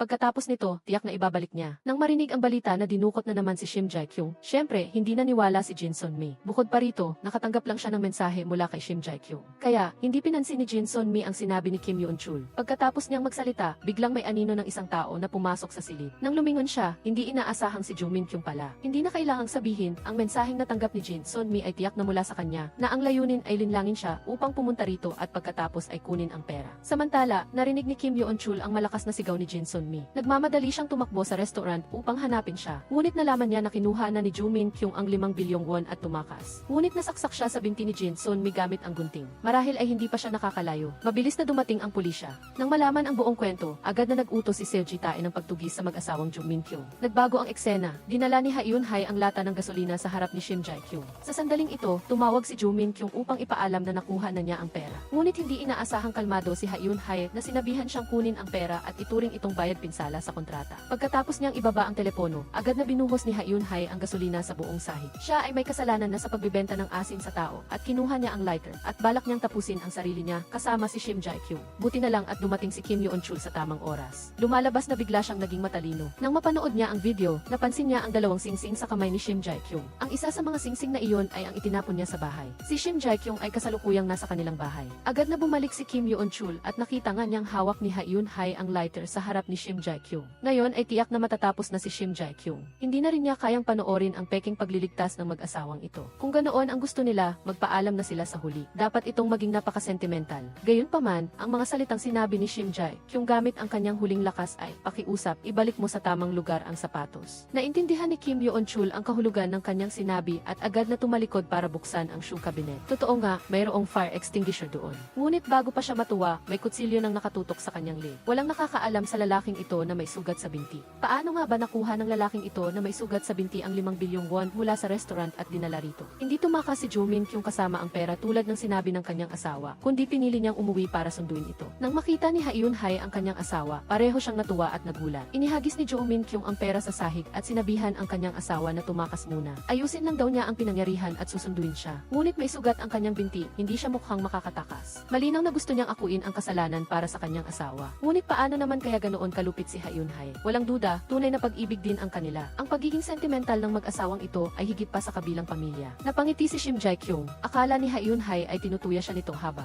galit na inihagis ang lighter sa sahig. Mabilis na lumaganap ang apoy. Sa gitna ng panganib, agad na tumayo si Jumin Kyung at dinampot ang tuwalya para apulain ang apoy. Labis na nagalit si Hyun Hae, dinampot ang kutsilyo sa sahig at gustong patayin si Shim Jae Kyung. Sa sandaling ito, agad na sumugod si Kim Yeon Chul para protektahan si Shim Jae Kyung at dahil dito ay nasaksak siya. Ang mag-asawa ay sinaktan ni Hyun Hae. Ngayon, pareho silang nakahandusay sa sahig. Nang makita si Kim Yeon Chul na dahan-dahang pumikit, nagalit si Shim Jae Kyung at buong lakas na sumugod kay Hyun Hae at hindi sinasadyang natumba ang kandila sa tabi. Nasunog ang kurtina at ang malaking apoy sa bahay ay tuluyang naapula ng mga bumbero. Matagumpay ding nailigtas si Shim Jae Kyung. Hindi alam ang kinaroroonan ng mag-asawang Minyu. Ang restaurant ay inilipat kay Jin Son Mi at siya ang naging bagong may-ari. Si Kang Seok-go ay patuloy na nagtatrabaho bilang pribadong investigador sa ilalim ng pangalan ng isang pawn shop na patuloy na tumutulong sa ibang tao na mahuli ang mga kabit. Palagi niyang ipinagmamalaki ang kanyang maluwalhating nakaraan. Samantala, bumalik sina Shim Jae Kyung at Kim Yeon Chul sa fried chicken shop ng pamilya at namuhay kasama ang ina at kapatid na babae ni Kim Yeon Chul. Maligaya ang kanilang pamilya, masasabing perpektong masaya. Hanggang isang araw, biglang nakatanggap si Kim Yeon Chul ng sulat mula sa isang law office. Nang buksan niya ito, nakita niya ang isang claim para sa insurance. Lumalabas na noong nag-aral si Shim Jae Kyung sa France, hindi mapakali ang buong pamilya, kaya bumili sila ng life insurance. Ngayon, tila si Shim Jae Kyung ay dinukot at ang kanyang katawan at isip ay naapektuhan. Ang kanilang bahay ay nasunog din. Bilang bahagi ng kabayaran mula sa kumpanya ng siguro, maaaring makatanggap ng 16 na bilyong won. Ang orihinal na benepisyaryo ay ang mga magulang ni Shim Jae Kyung. Ngunit dahil pumanaw na sila, nagbago ang probisyon. Ang kanyang asawa, si Kim Yeon Chul, ang naging benepisyaryo. Labis na nagulat si Kim Yeon Chul. Mas lalo siyang nagulat nang malaman na ang probisyong ito ay nagkataon na may 31 probisyon na tumutukoy din sa AC-31. Ibig sabihin ba nito na ang AC-31 ay hindi talaga isang panata ng walang hanggang pagsasama, kundi ang probisyon na ito? Gaano katagal na plinano ni Shim Jae Kyung ang hakbang na ito? Hindi nakapagtataka na matindi siyang tumangging makipagdiborsyo kay Kim Yeon Chul. Hanggang ngayon, hindi pa rin lubos na naunawaan ni Kim Yeon Chul ang mapanganib na asawang ito. Dito nagtatapos ang pelikula. Maraming salamat sa inyong patuloy na suporta, mga kaibigan. Kita-kita tayo sa susunod na mga video sa channel.